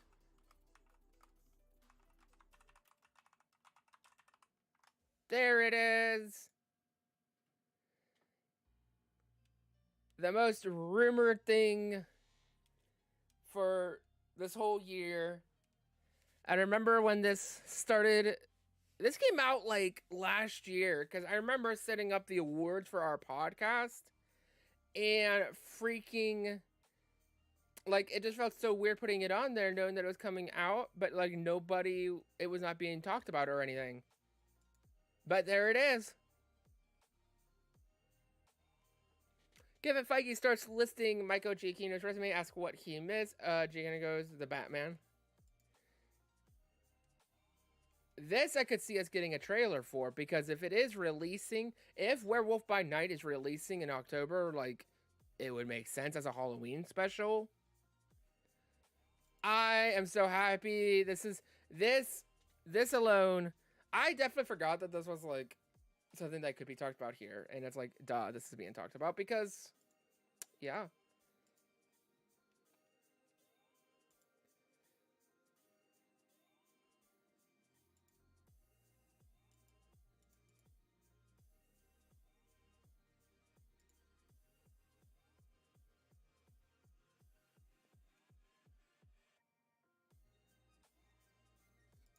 Real Rejects are saying it's coming October. Probably get a tweet into the feed here. He previously worked on the MCU as a composer for the scores, including No Way Home. He is the director.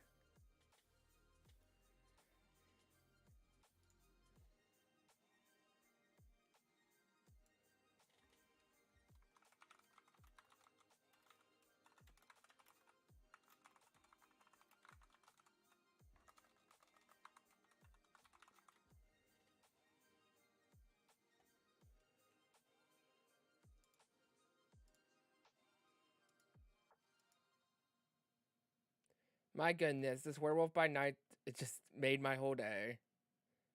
The cast and director are taking stage.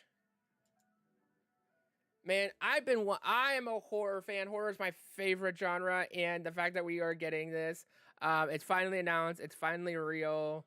Werewolf by Night. Yo, I cannot be more happier right now. Like,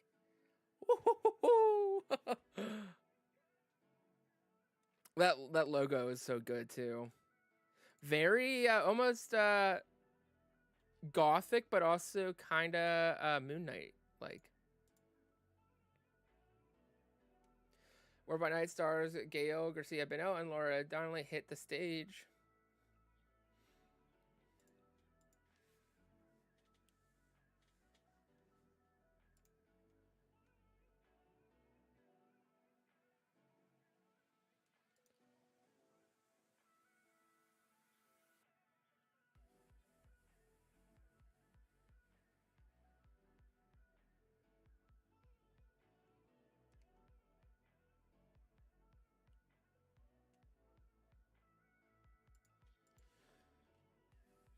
Oh my goodness, I'm so happy.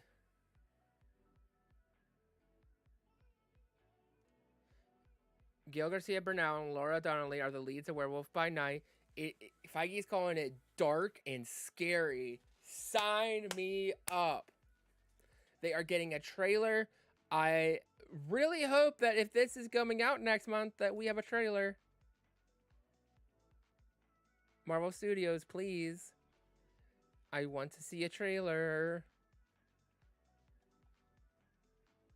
Oh my gosh, we have a trailer. We have a trailer.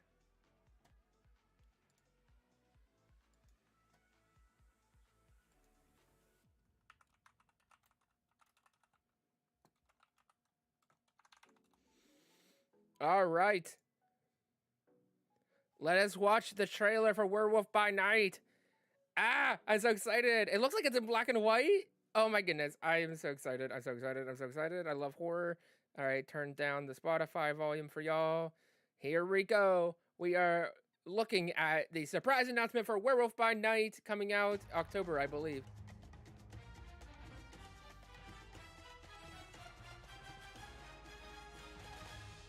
Oh, that's so cool. I love that. This Halloween, you can't escape the shock, the terror of Werewolf by Night. I love this. It is every hunter for themselves. Good luck. I'll be rotting for you. But one of you is a monster, masquerading as one of our own. I can't wait to find out what breed of evil you are. I love this. Oh my gosh. You wanna see this, darling? Please don't do this. Death is coming for you!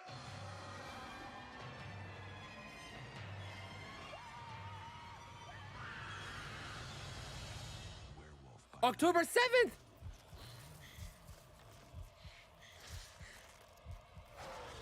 Yo. Oh my gosh. Color? Oh! Ah! Yo!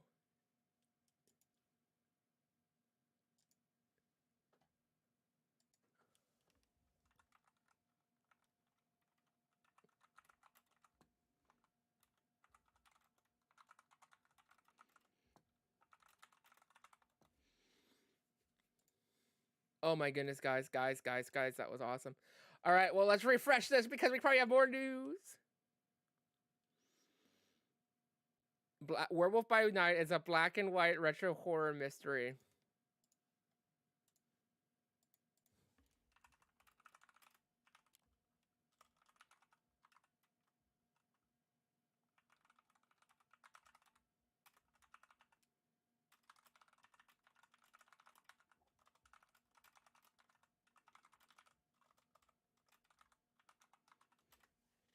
This is awesome. I'm just so happy. This is fantastic. All right, let's see.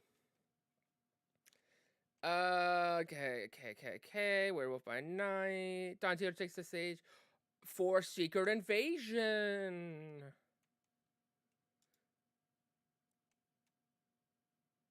Oh, we have a trailer. We have a trailer, I think, for Secret Invasion.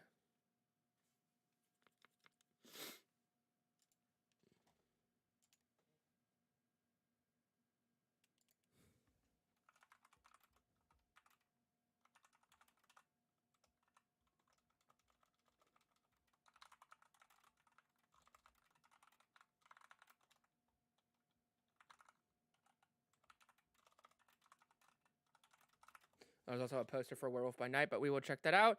I do believe there is now a Secret Invasion trailer. Make sure I didn't mess up the sound. I did not. Here we go. Let's do the secret official trailer for Secret Invasion.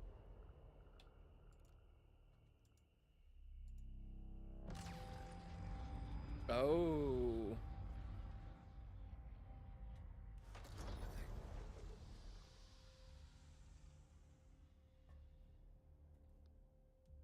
Oh. For years, you've been avoiding Earth. But I have called for your help plenty of other times, and you've been pretty content to let those calls go straight to voicemail. Ooh. Yeah, well, this is different. This is gonna be so good. How much do you know about your security detail? What do you mean, how much do I know about him? Hey. Woo. I love the look of this. We gotta be very careful.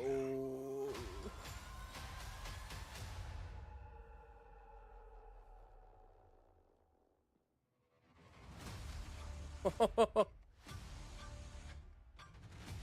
You're in no shape. Oh, Olivia Colman.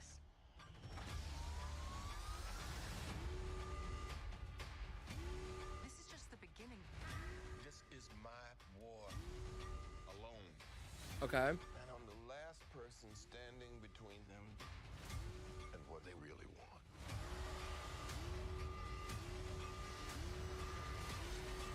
This looks so good. And what is that?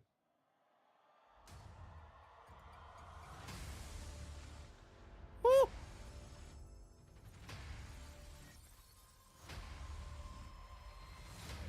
That looks awesome.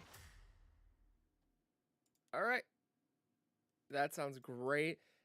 Giving me the warning again about content might be copyrighted, so if it goes down, just let me know, but hopefully we're all good.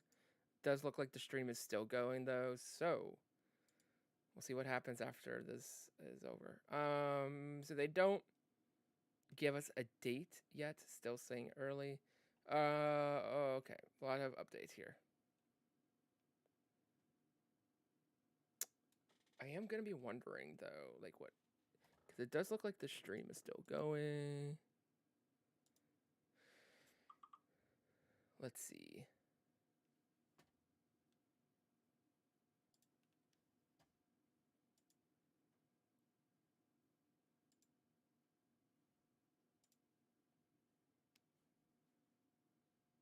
Oh, Werewolf by Night poster. It looks great. Original special. So they should be doing that for the holiday one as well.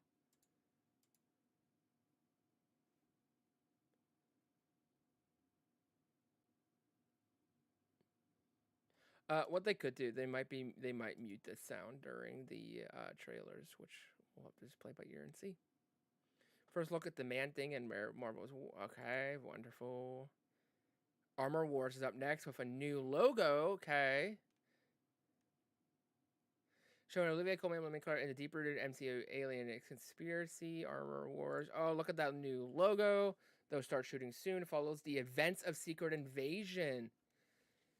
I did not have that on my bingo card. Also, it's 3 o'clock, so this panel is definitely longer than 2 hours. Unless they just wrapped it. Consists of 6 episodes. So I think at the very least we know that because of the fact that Daredevil is doing like the multiple like 18 episodes or what have you.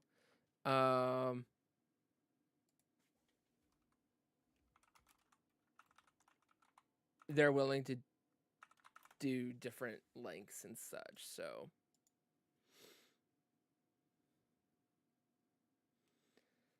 All right, so 6 episodes for Armor Wars.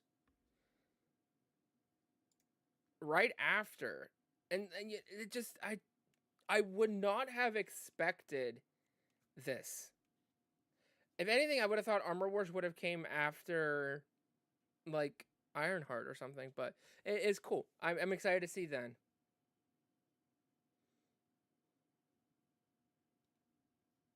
Olivia Colman looked fantastic.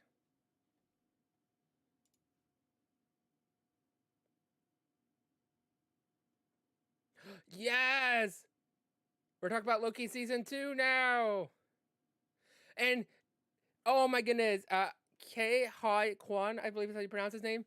This is from Everything Everywhere All at Once. He's gonna be in Loki season 2. Oh my gosh, I have chills and goosebumps, y'all. Like, y'all need to see this movie. If you have not seen Everything Everywhere All at Once, this movie is my favorite movie of the year, and he is going to kick so much butt, and I'm so excited.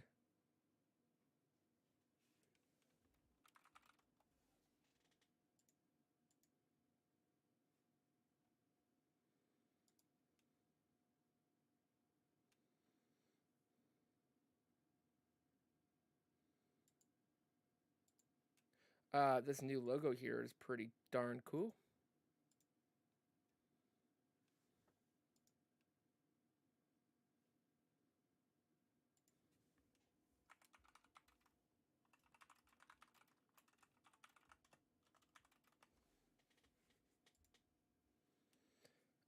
Oh my gosh, y'all, this is some great stuff from Marvel.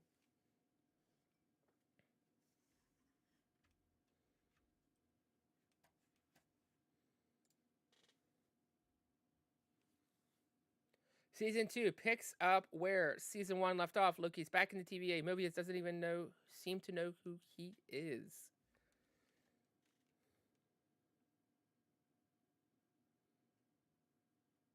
Emilia Clarke.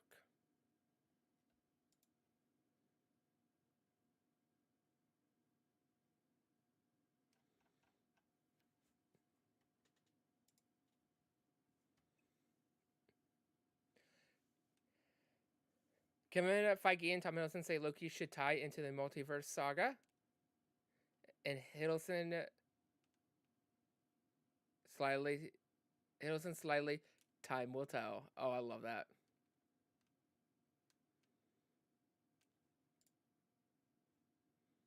Love them. Love that cast. Great.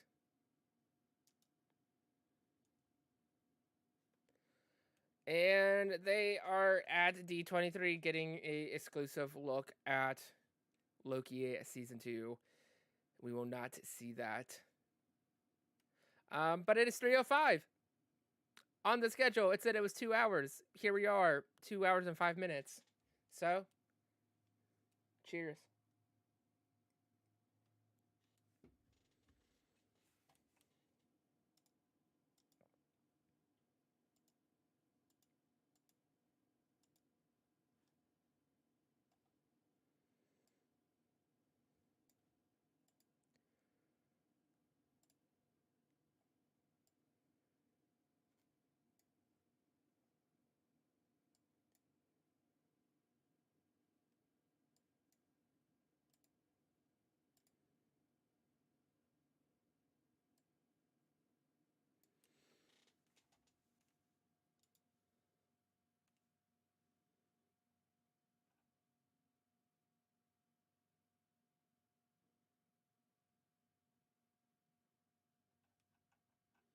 But yeah, seriously, watch Everything Everywhere All at Once if you have not seen that. Because my goodness, is that film my favorite film of the year. Just check the timeline.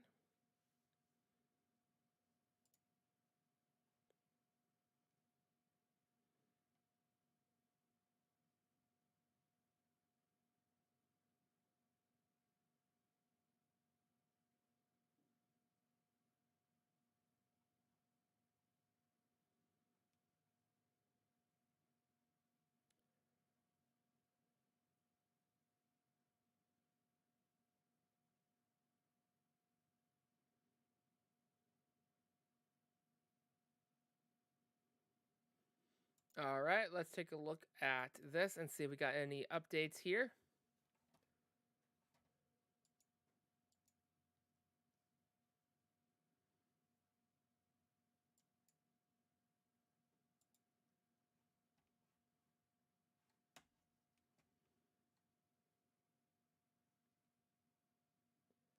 Nothing quite yet.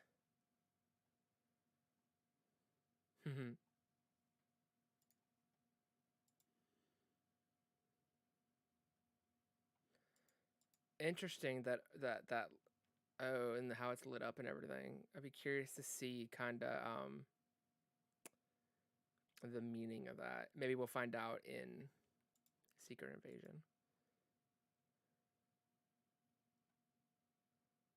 No Fantastic Four details. Does that wrap it up for Marvel? I feel like that might be the wrap up there.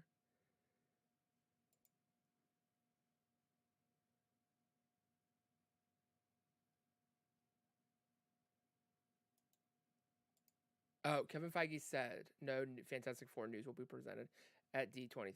Okay.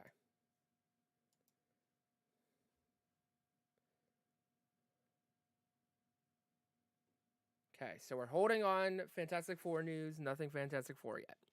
Okay. I thought that was the end. I was gonna be like, not necessarily like bummed because like we got the Werewolf by Night confirmation. We also got the trailer for Secret Invasion. But I was really hoping for some announcements of the names of what's coming out for Phase 6. But Echo being shown to audience there.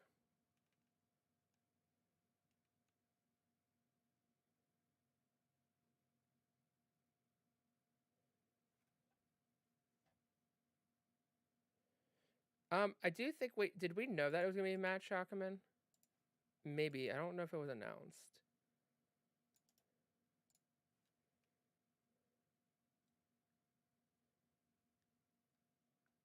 I feel like it was officially announced. Okay, it was. This was officially announced here. Okay. So D23, they did officially announce Matt Shackelman as the director. Got a little bit of news there. He did WandaVision, I do believe.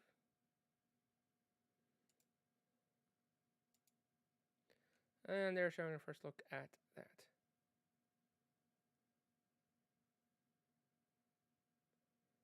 Echo has wrapped filming.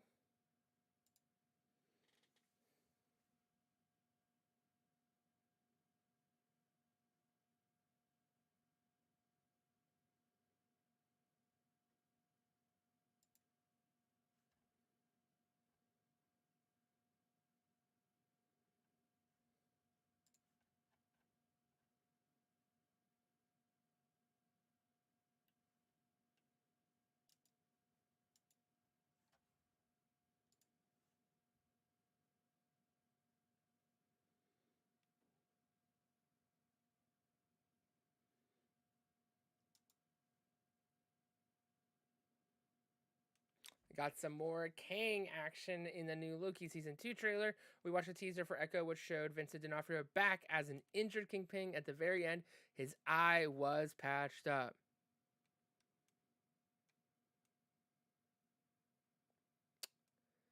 That makes sense.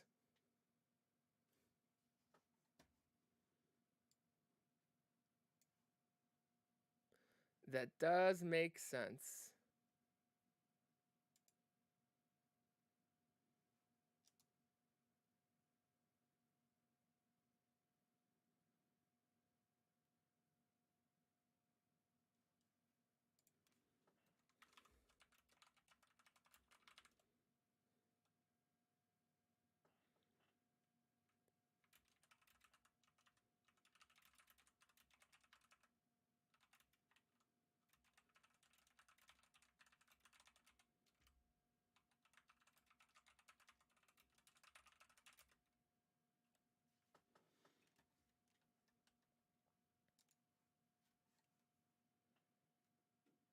We're getting the Echo cast.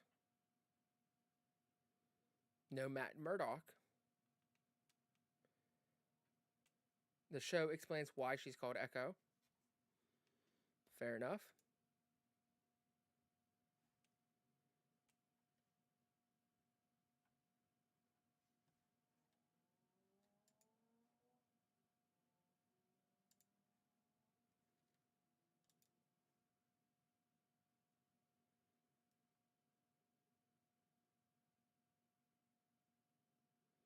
In the past hour, I've seen new footage from Black Panther 2, Ironheart, Ant-Man 3, Werewolf by Night, Secret Invasion, Loki Season 2, Echo, and it's still going. Yeah, it's someone dropped the ball here. Someone said that this panel was going to be 2 hours. I'm now starting to think this panel is a 3-hour panel. Because they still have 20th Century. Like, I'm not complaining, but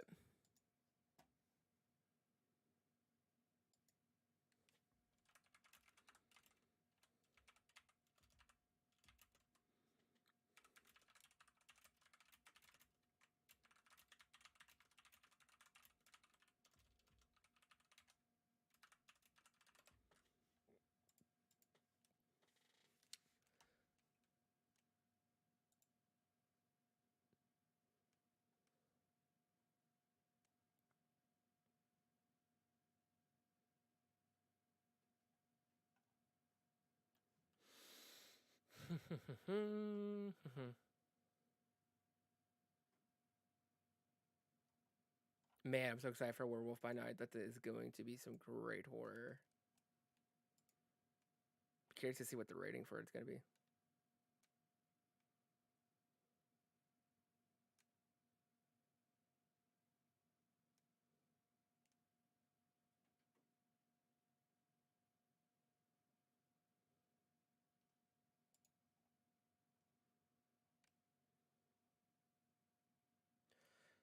Strong Native American ancestral story as a spine of the series, with Fisk also appearing. Makes sense. Fisk being uncle, her taking down Fisk.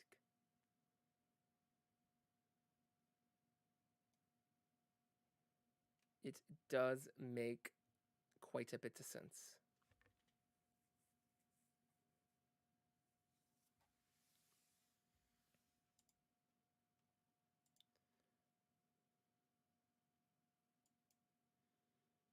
The Loki footage had a creepy vibe to it. At one point, Loki unveiled Kang's face behind a wall in the TVA, and it showed it to Mobius. Loki said he saw terrible and awful things being ripped across time, wish I could watch it over again right now. That is going to be amazing. Loki was my show of the year last year.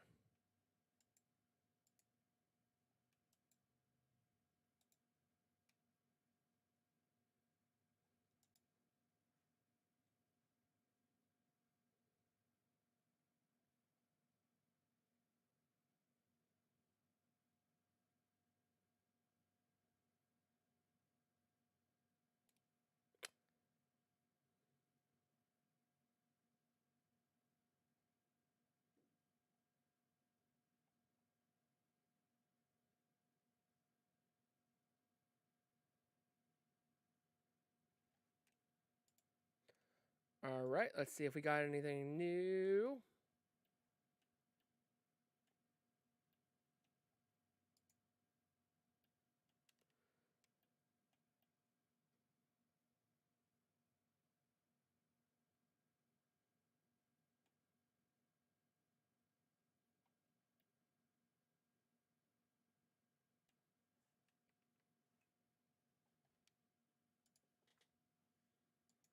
All right, let's see.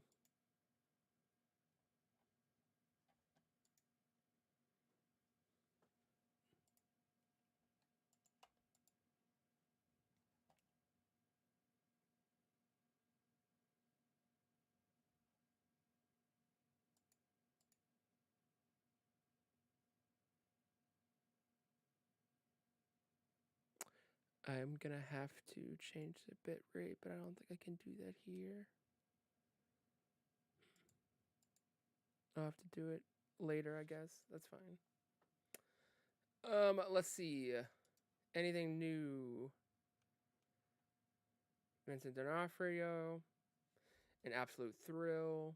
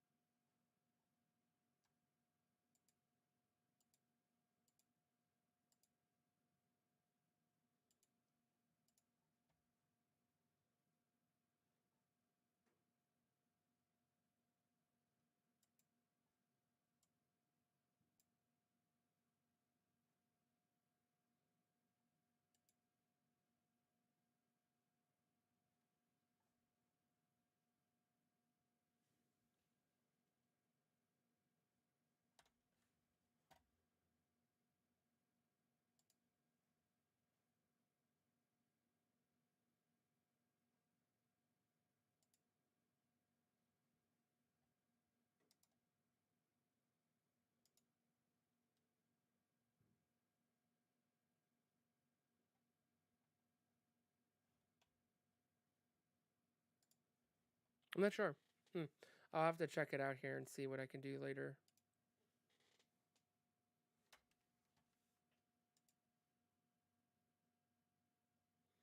Oh, that logo looks so good.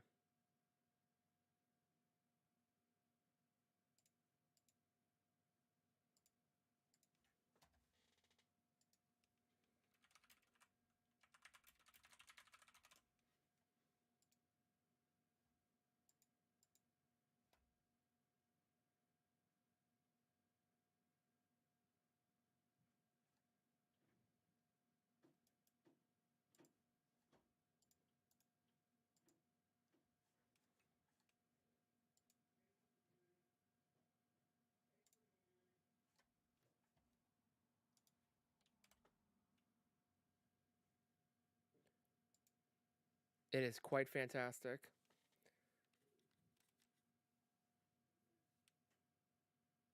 It's really interesting.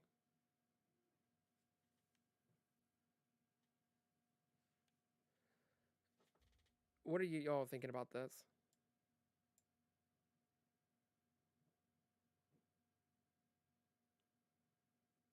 Just testing my audio.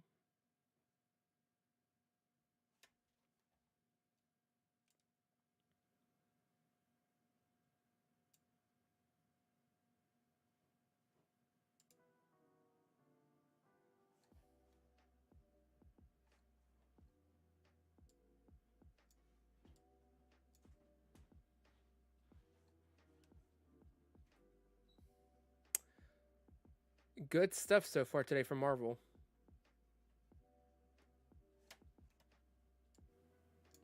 I did not realize my volume was so low.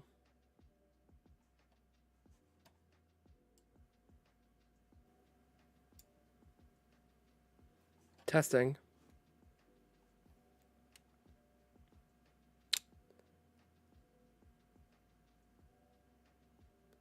That is better.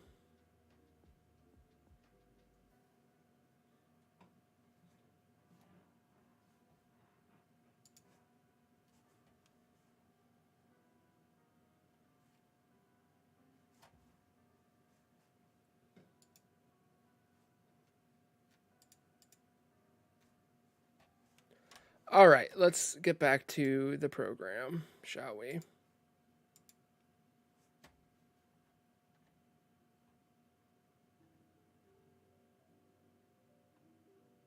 Oh my goodness, that logo again is so good.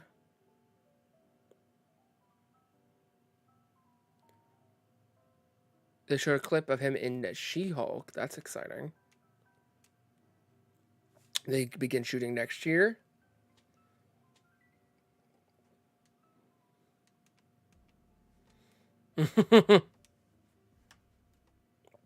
That's fantastic.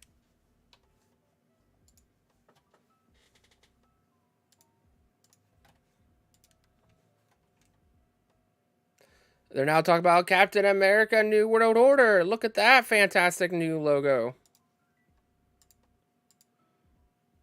That looks amazing.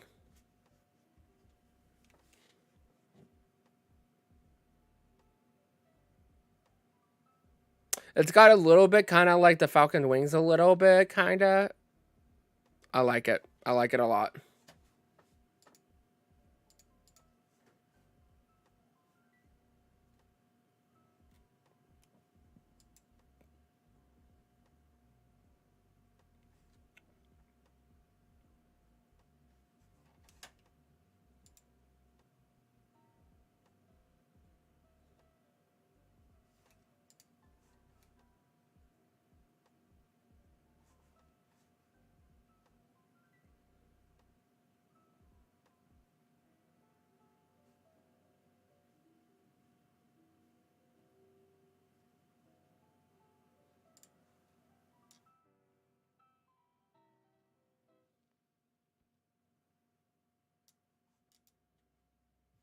It is rather exciting.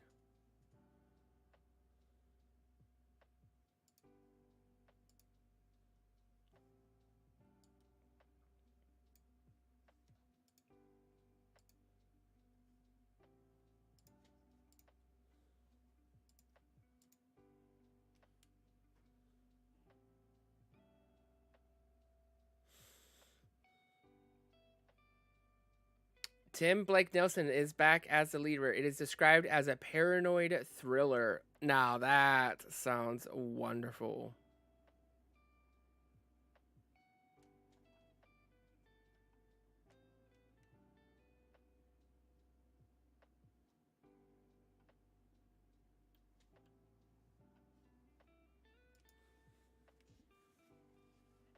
Super exciting.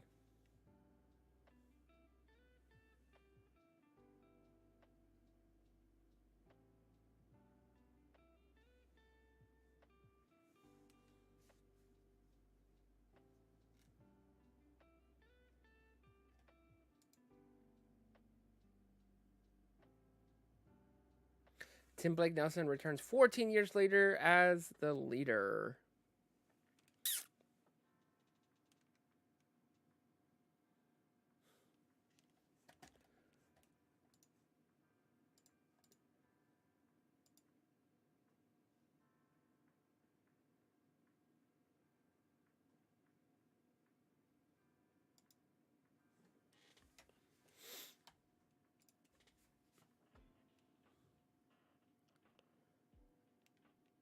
I'm ready for a paranoid thriller.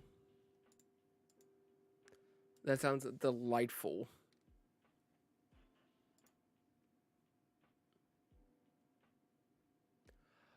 Thunderbolts? We're going to get the Thunderbolts casting. Because that would be exciting. Love the fact we're getting more Danny Ramirez. He was fantastic in Falcon and the Winter Soldier.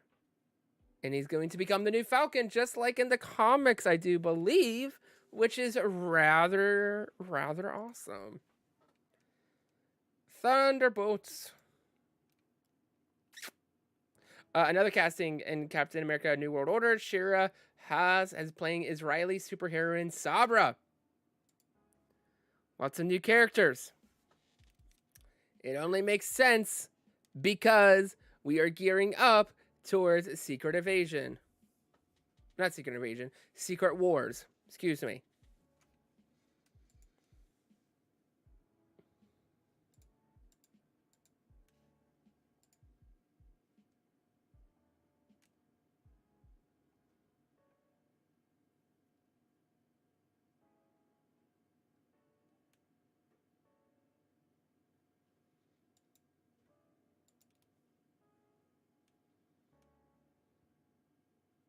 Interesting. I did not know this because I'm not familiar, but apparently Daniel Richmond is saying that Sabra is a mutant.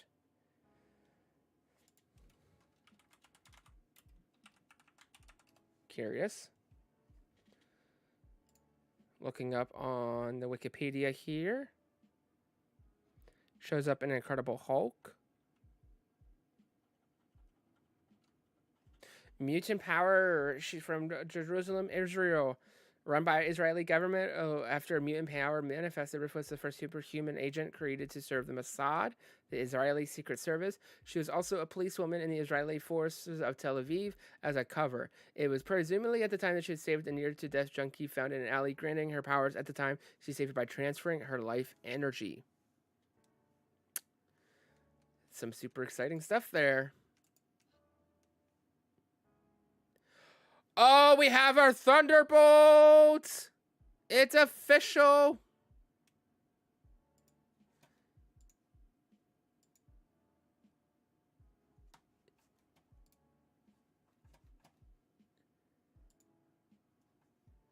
I'm gonna try to message my friend Steven! Oh, look at the Thunderbolts! They look so good! See if I can share this quickly. Copy a link to a friend. All right. Oh my goodness, look at that.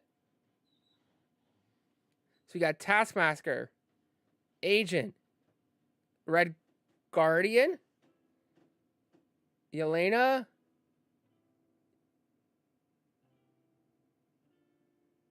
Ghost, right?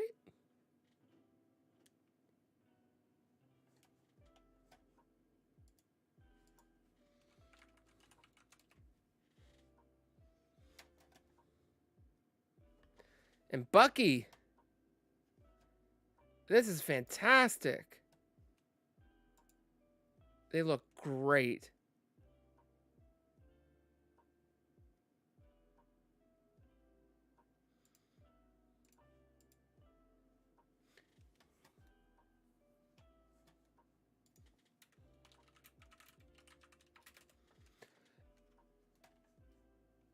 Red Guardian, Yelena, Ghost, U.S. Marshal, the Winter Soldier, and Contessa are all part of this group.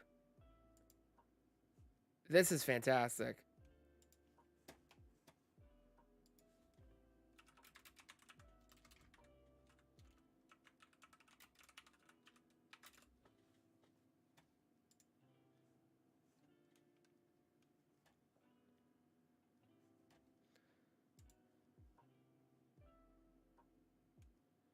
My gosh, this movie is going to be awesome. Look at that.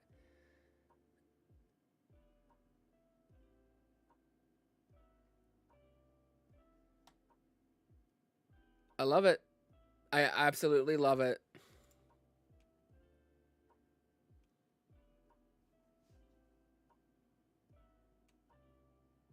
Yelena, Red Guardian, Bucky, Ghost, Taskmaster, Val, and U.S. Agent are MCU's Thunderbolts team.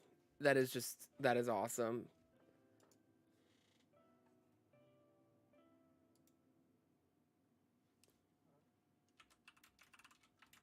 And it starts production next year. Early next year. Thunderbolts is closing out phase 5, right?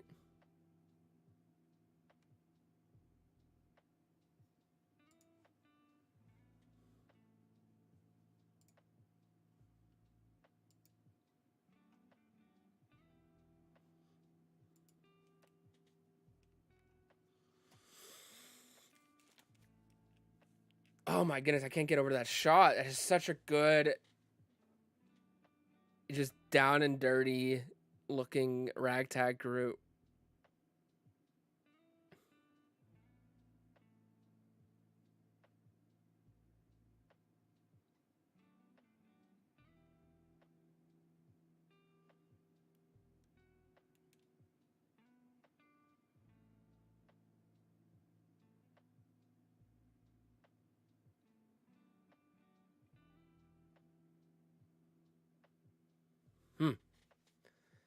Man, I can't get over that. That is awesome.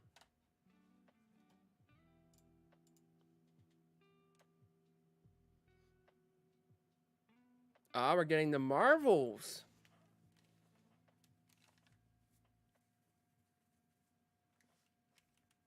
I could see us getting a trailer for the Marvels right now and then putting that online. I could see that happening. That is very possible.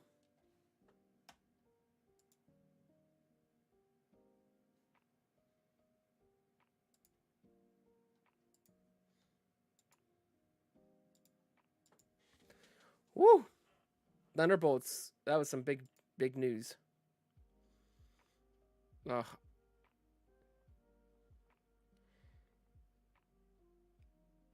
So, like, let's be real also. Okay, so they're ending with the Marvels, which is interesting. So we're not going to get any Phase 6 news yet. So probably Comic-Con will probably get some Phase 6 announcements probably next year. Yeah, I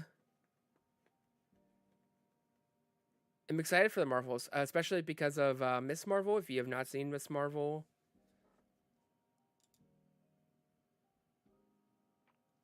definitely should. Higher, further, faster.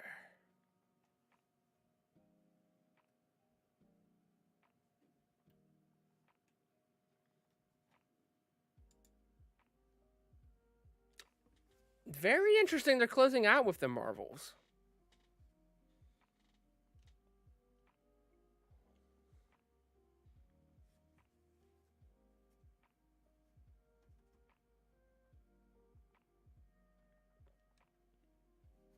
I will say that this was definitely a really strong panel. You know, we got the trailer for Secret Invasion. We got the trailer and the announcement for Werewolf by Night. We also got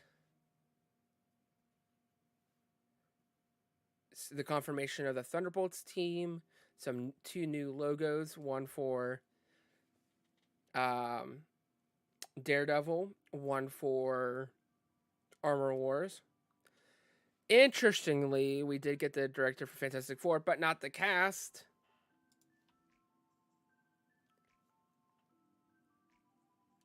They're showing a teaser for the Marvels. Would not be surprised if this is shown to us. But it's possible it might not. There's a lot of news going on with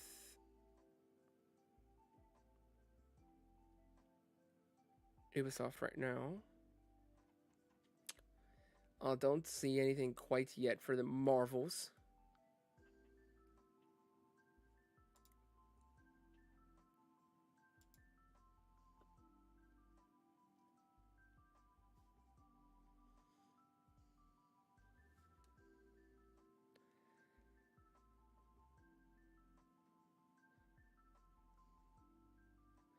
The Marvels is up next in the final part of Marvel's D23 presentation before we move on to 20th Century Studios with Avatar: The Way of the Water.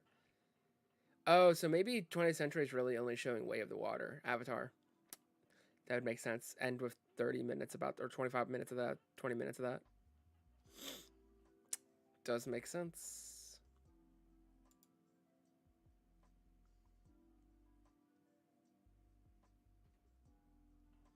Brie Larson, Amon Villani, Teyana Paris, and director Nia DaCosta. This is going to be a good movie. And especially if they introduce Hulkling in it, or if they introduce Hulkling in Secret Invasion. Just give me my boy.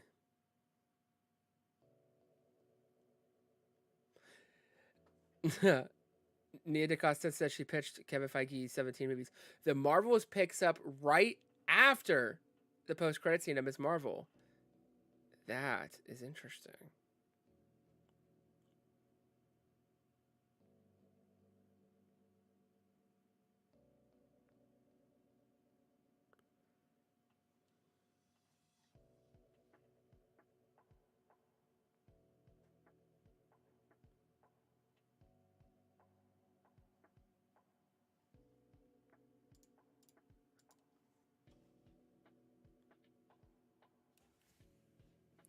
Does look like we may be wrapping up here with Marvel. And we'll be ending 20th Century Fox.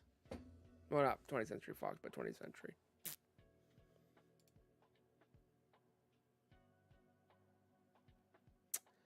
And that does appear to be wrapping up Marvel. So, I know some people will be disappointed. We did not get Fantastic Four casting. We did not get Deadpool in any way. Did not get any X-Men. And did not get any Phase 6 announcements. This was really more filling in the gaps of Phase 5. And if there's not a special event until Comic-Con, then I do not think we will not get anything until Comic-Con. Unless there's a investing event type thing in November or December, but I don't think so.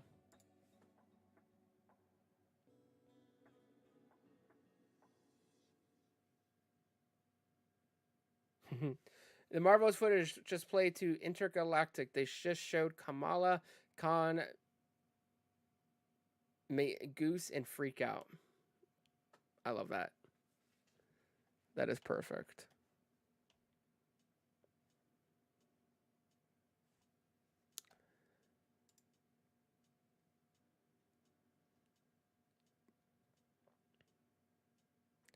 James Cameron talking about it. If any other trailers come up here for anything but it, I will look it up. But at this point right now, I'm not going to look up anything Avatar. So...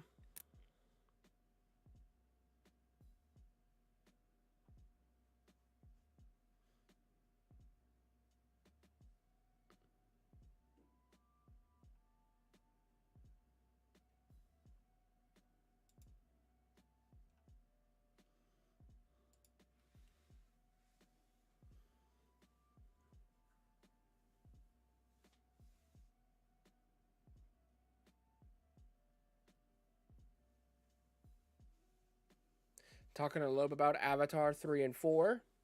It is crazy because haven't they filmed like several of these already now? Like, haven't multiple, like more than just the second one been filmed? I haven't even seen the first one, so I need to see that probably ASAP before the first one here. Oh, well, that answers my question. Avatar 4 has just begun filming, so I think by taking that assumption, they've already filmed the third one. So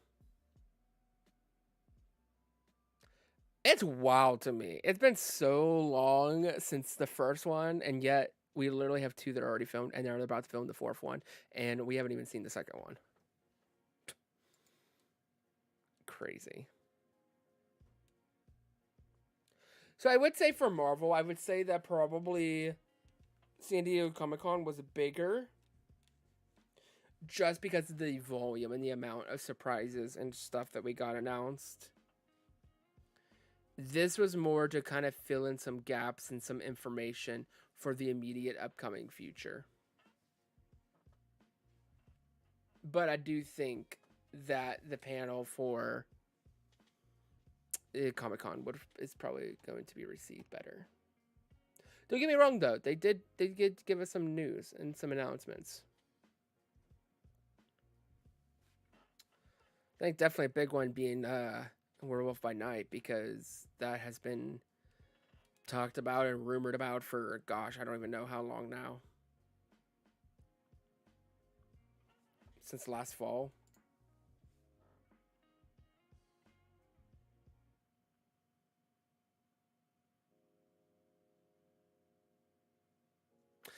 This probably was just announced at the Ubisoft forward going on right now that the live-action Assassin's Creed series is officially in the works. This was announced and talked about, but now it looks like it's official. It's moving forward, which should be exciting. Oh, that's right. We also have the new Assassin's Creed game going to be talked about. I actually cannot wait for that. It's probably the only thing I'm actually pretty super excited for in Ubisoft. I'll probably decompress a little bit by watching it and then get back to editing. It's been a long stream. I was not expecting for this to be a 3-hour thing. Was definitely going to be like, well, this is 2 hours. This will be great. But here we are.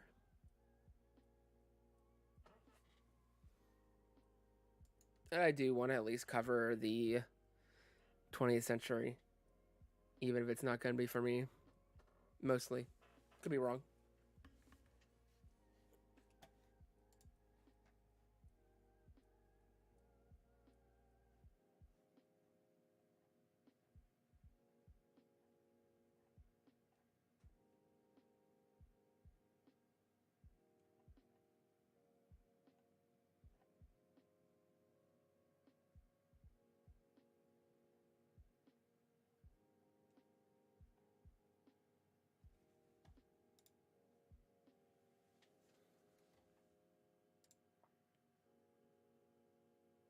Goose returns in the Marvels. That's all the news we wanted to know. Stephen Lang on returning from Avatar Way of the Water. You can't keep a good marine down. He's regrouped in hell. Yeah, I don't know anything about Avatar, so not really going to mean much to me.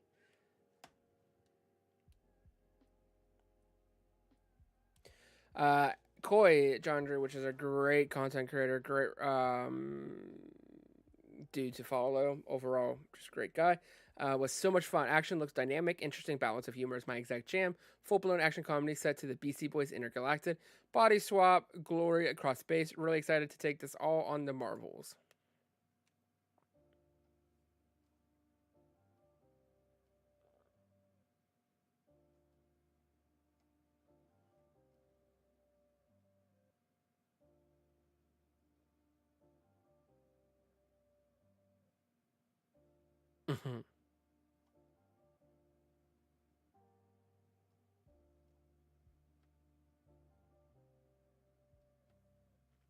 Oh, I did not hear this, but Carl Lumbly will return as Isaiah Bradley in Captain America New World Order. Missed that announcement. That's exciting.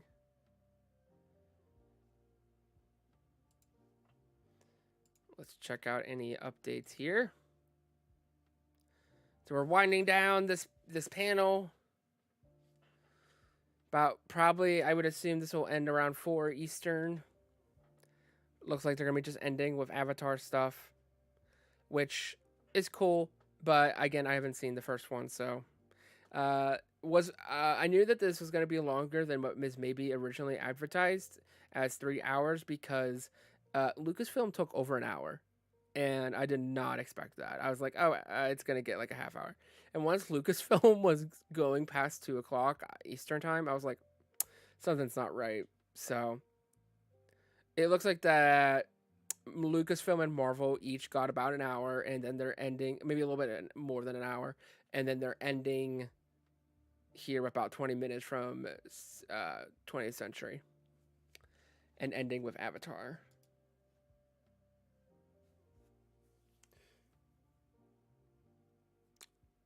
That's interesting. They're handing everybody 3D glasses to watch scenes.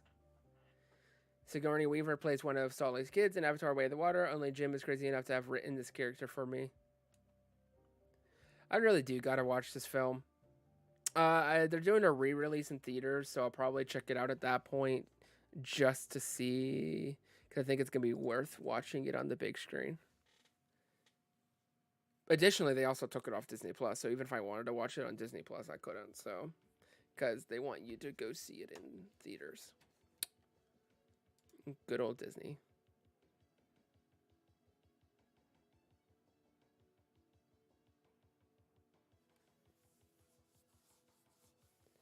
That's just so wild. That's how like they're going full out with this, because Disney would now attempt to hand out 7,500 pairs of 3D glasses, which they were very easily could have done at the beginning as we entered to watch Avatar: Way of the footage. That is kind of funny.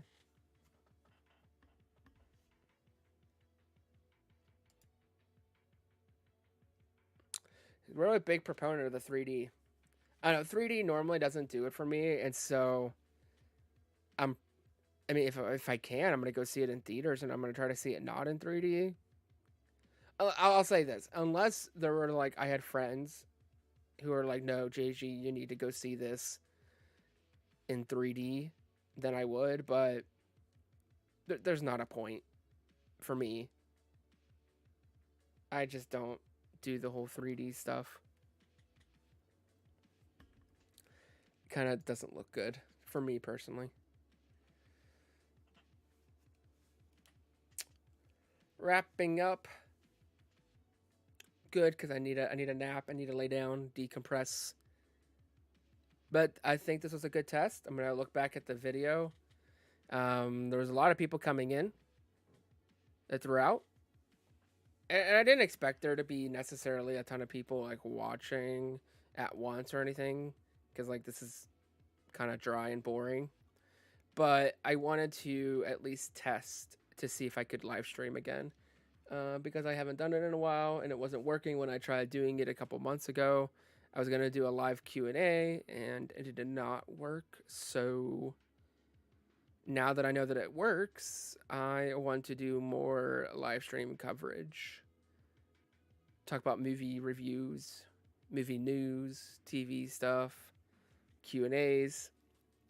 Would love to do like community game nights as well, now that I can live stream, but this was a test. I do believe this is a successful test of the streaming. We'll focus on the 3 heroes as they keep trading places each time they use their powers and must team up to fix the problem. That's actually a really cool concept. Still looks like Avatar's footage being shown.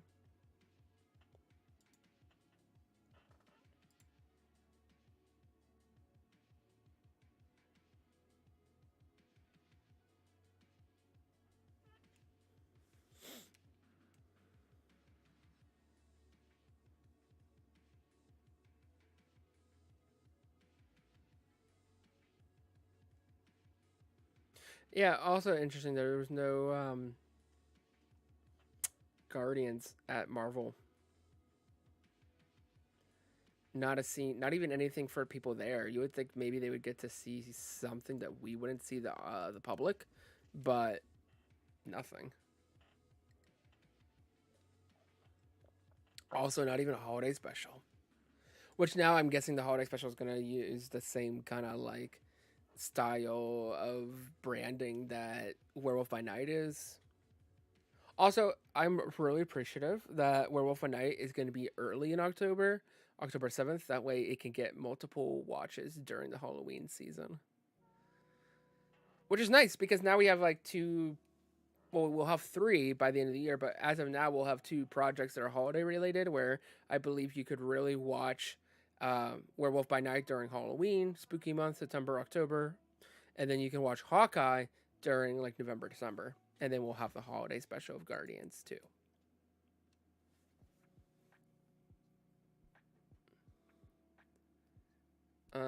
So that looks like that Percy Jackson and the Olympians are getting some special announcement surprise later. Whatever that could mean.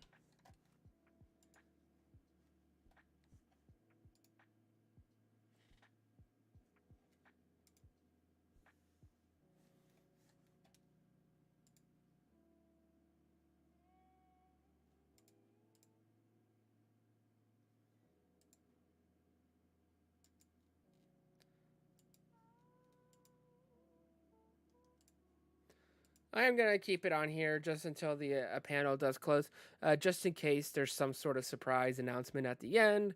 Maybe like Deadpool crashes it or something unexpected. I don't know. Just in case. But I do think this will wrap up here in about 10 minutes. It is looking pretty good.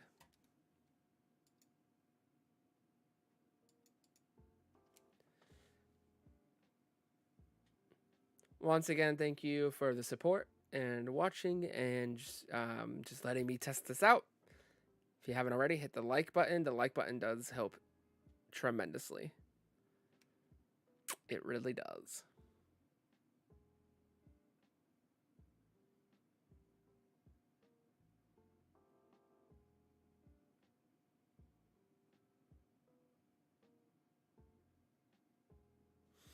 See if there's anything now.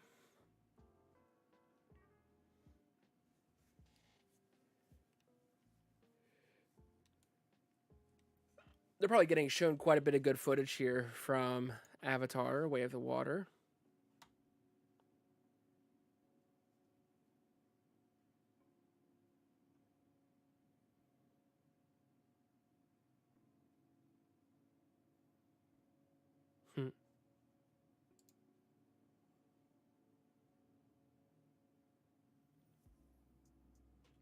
Yeah, Miss Marvel Season 2 would have been fantastic.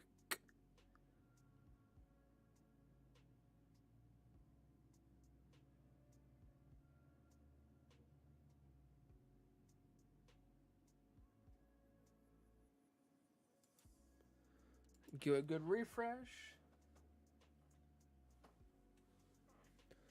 All right.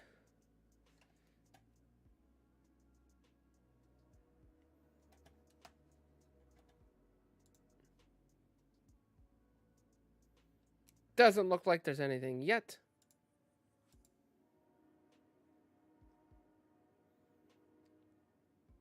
Confirmation that Yelena will lead the Thunderbolts. That's exciting. They must be getting shown a good bit of footage here. We haven't really seen any announcements yet or any other updates. And I do believe they will let us know and message us that when it's over.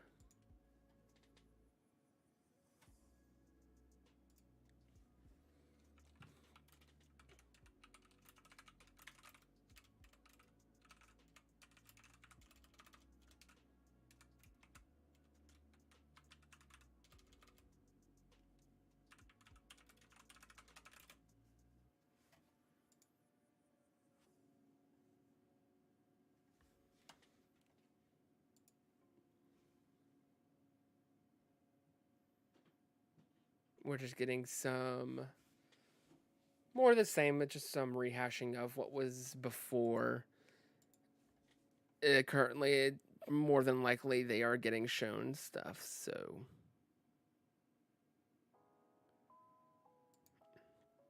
from Way of the Water.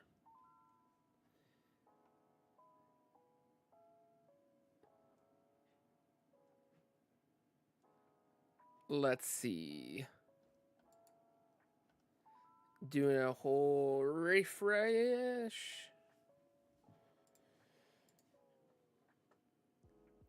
The 20th Century really was only there to promote Way of the Water, which, I mean, it kind of makes sense because I don't know of anything that else that 20th Century is working on. Let's look it up.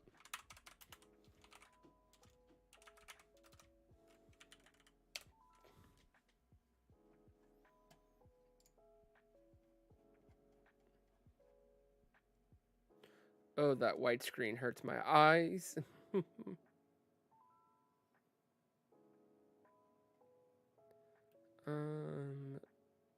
Film series. List of 20th century films.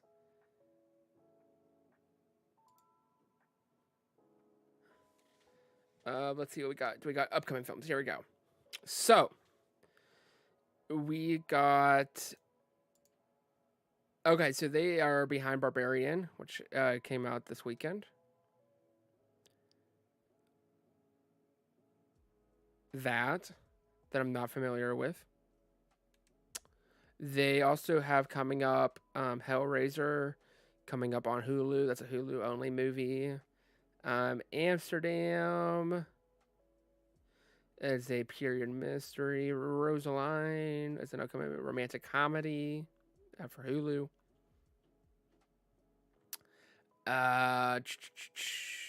Avatar. So yeah, they didn't really have anything else to promote. Makes sense. They have something next year, September 15th, Untitled. They have True Love. It's a science fiction film. It's starring... it's being directed by Gareth Edwards, who's the director of...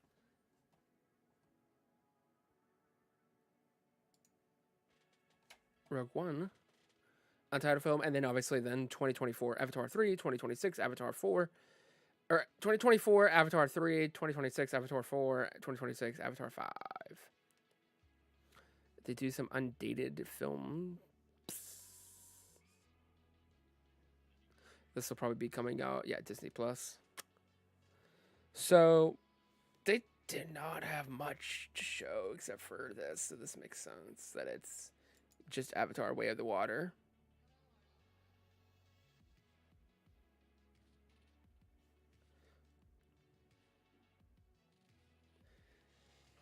So, as of right now, more than likely, they are being shown the Way of Water footage. They were given 3D glasses, last we heard.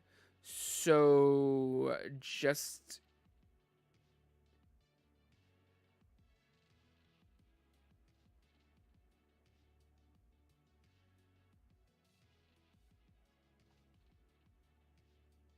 I'm assuming that's a joke there, but, you know...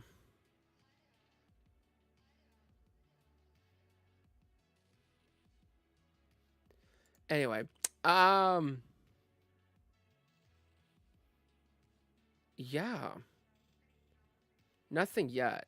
I'm really hoping maybe there's like one final surprise announcement, like Deadpool crashes at the end or something, but I doubt it.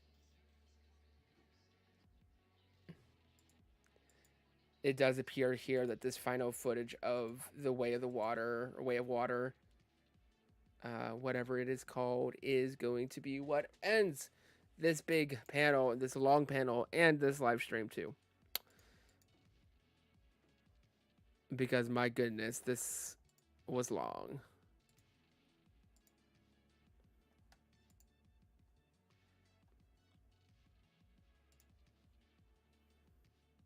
But yeah, so 20th Century does not have a lot.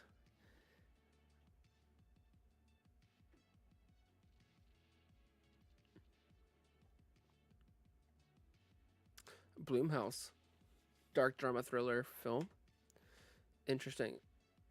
While we're waiting here for any updates, let's look at Blumhouse Productions. Let's see what they got coming up here. They'll be releasing Megan in 2023.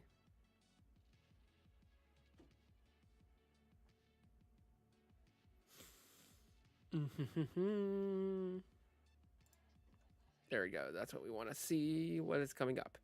Boogeyman Pop. Merrily we roll along, soft and quiet. There's something wrong with the children and unseen. No dates. Next, we got Mrs. Harrigan's Phone. Netflix. Visitor and Epics. Halloween Ends. And then they got some Amazon Studios Run, Sweetheart Run, Nanny, Megan for next year. Another Insidious. I've never seen the first two, so that might be one to see.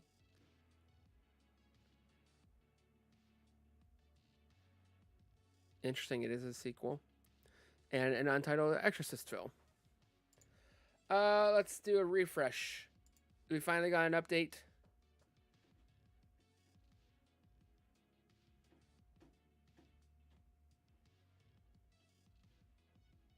Nothing yet. I will say if we don't get any updates here in the next 5 to 10 minutes, we will wrap it up here.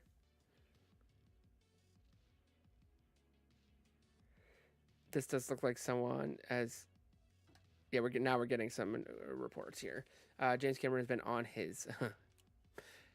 footage looks fantastic. Lots of dramatic family dynamics with the Navi. That 3D. Got to see about 6 scenes from Avatar 2, set up the story and world, and I am legit very excited for it. The footage was beautiful. All right. Lots of good news coming out about Way of the Water.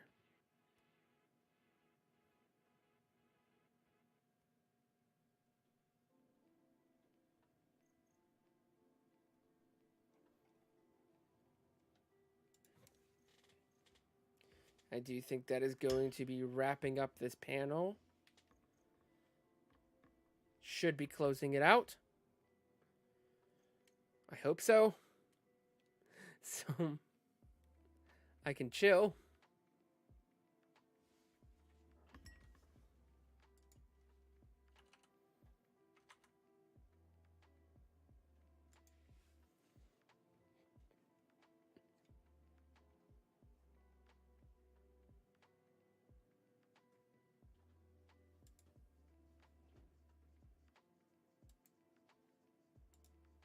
Okay.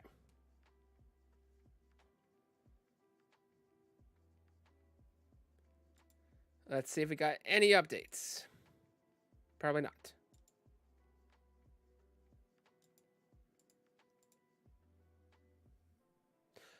Christian Harloff. Wow, they showed a bunch of scenes from Avatar. Frame rate going to take time to adjust, but man, water scenes look fantastic. I wonder what the frame rate is. I'm not familiar. Like, is the frame rate different in the first one?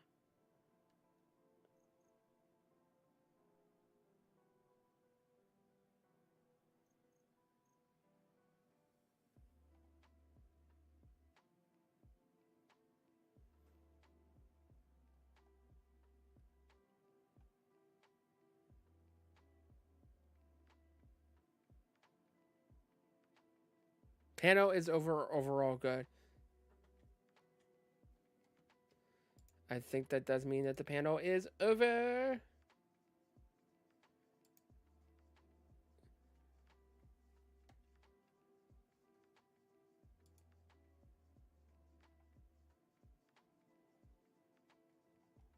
So it does look like this wrapped up. Overall thought, Christian says, overall thoughts today were good, not great. Bummed no huge surprise announcement by Marvel. Lots of footage though. Star Wars was super underwhelming for me. Avatar close was interesting.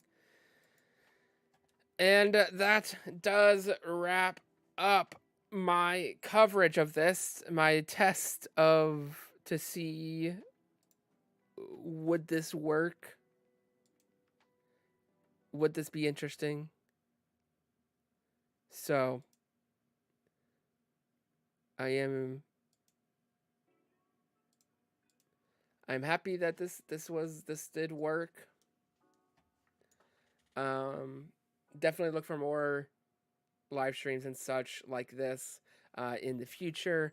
Maybe some Q&As, some game nights, and other content. I will probably leave this available as unlisted for people if they want to go back and watch it. Thank you so much for the support. Like, subscribe, all that good stuff. Thank you, guys.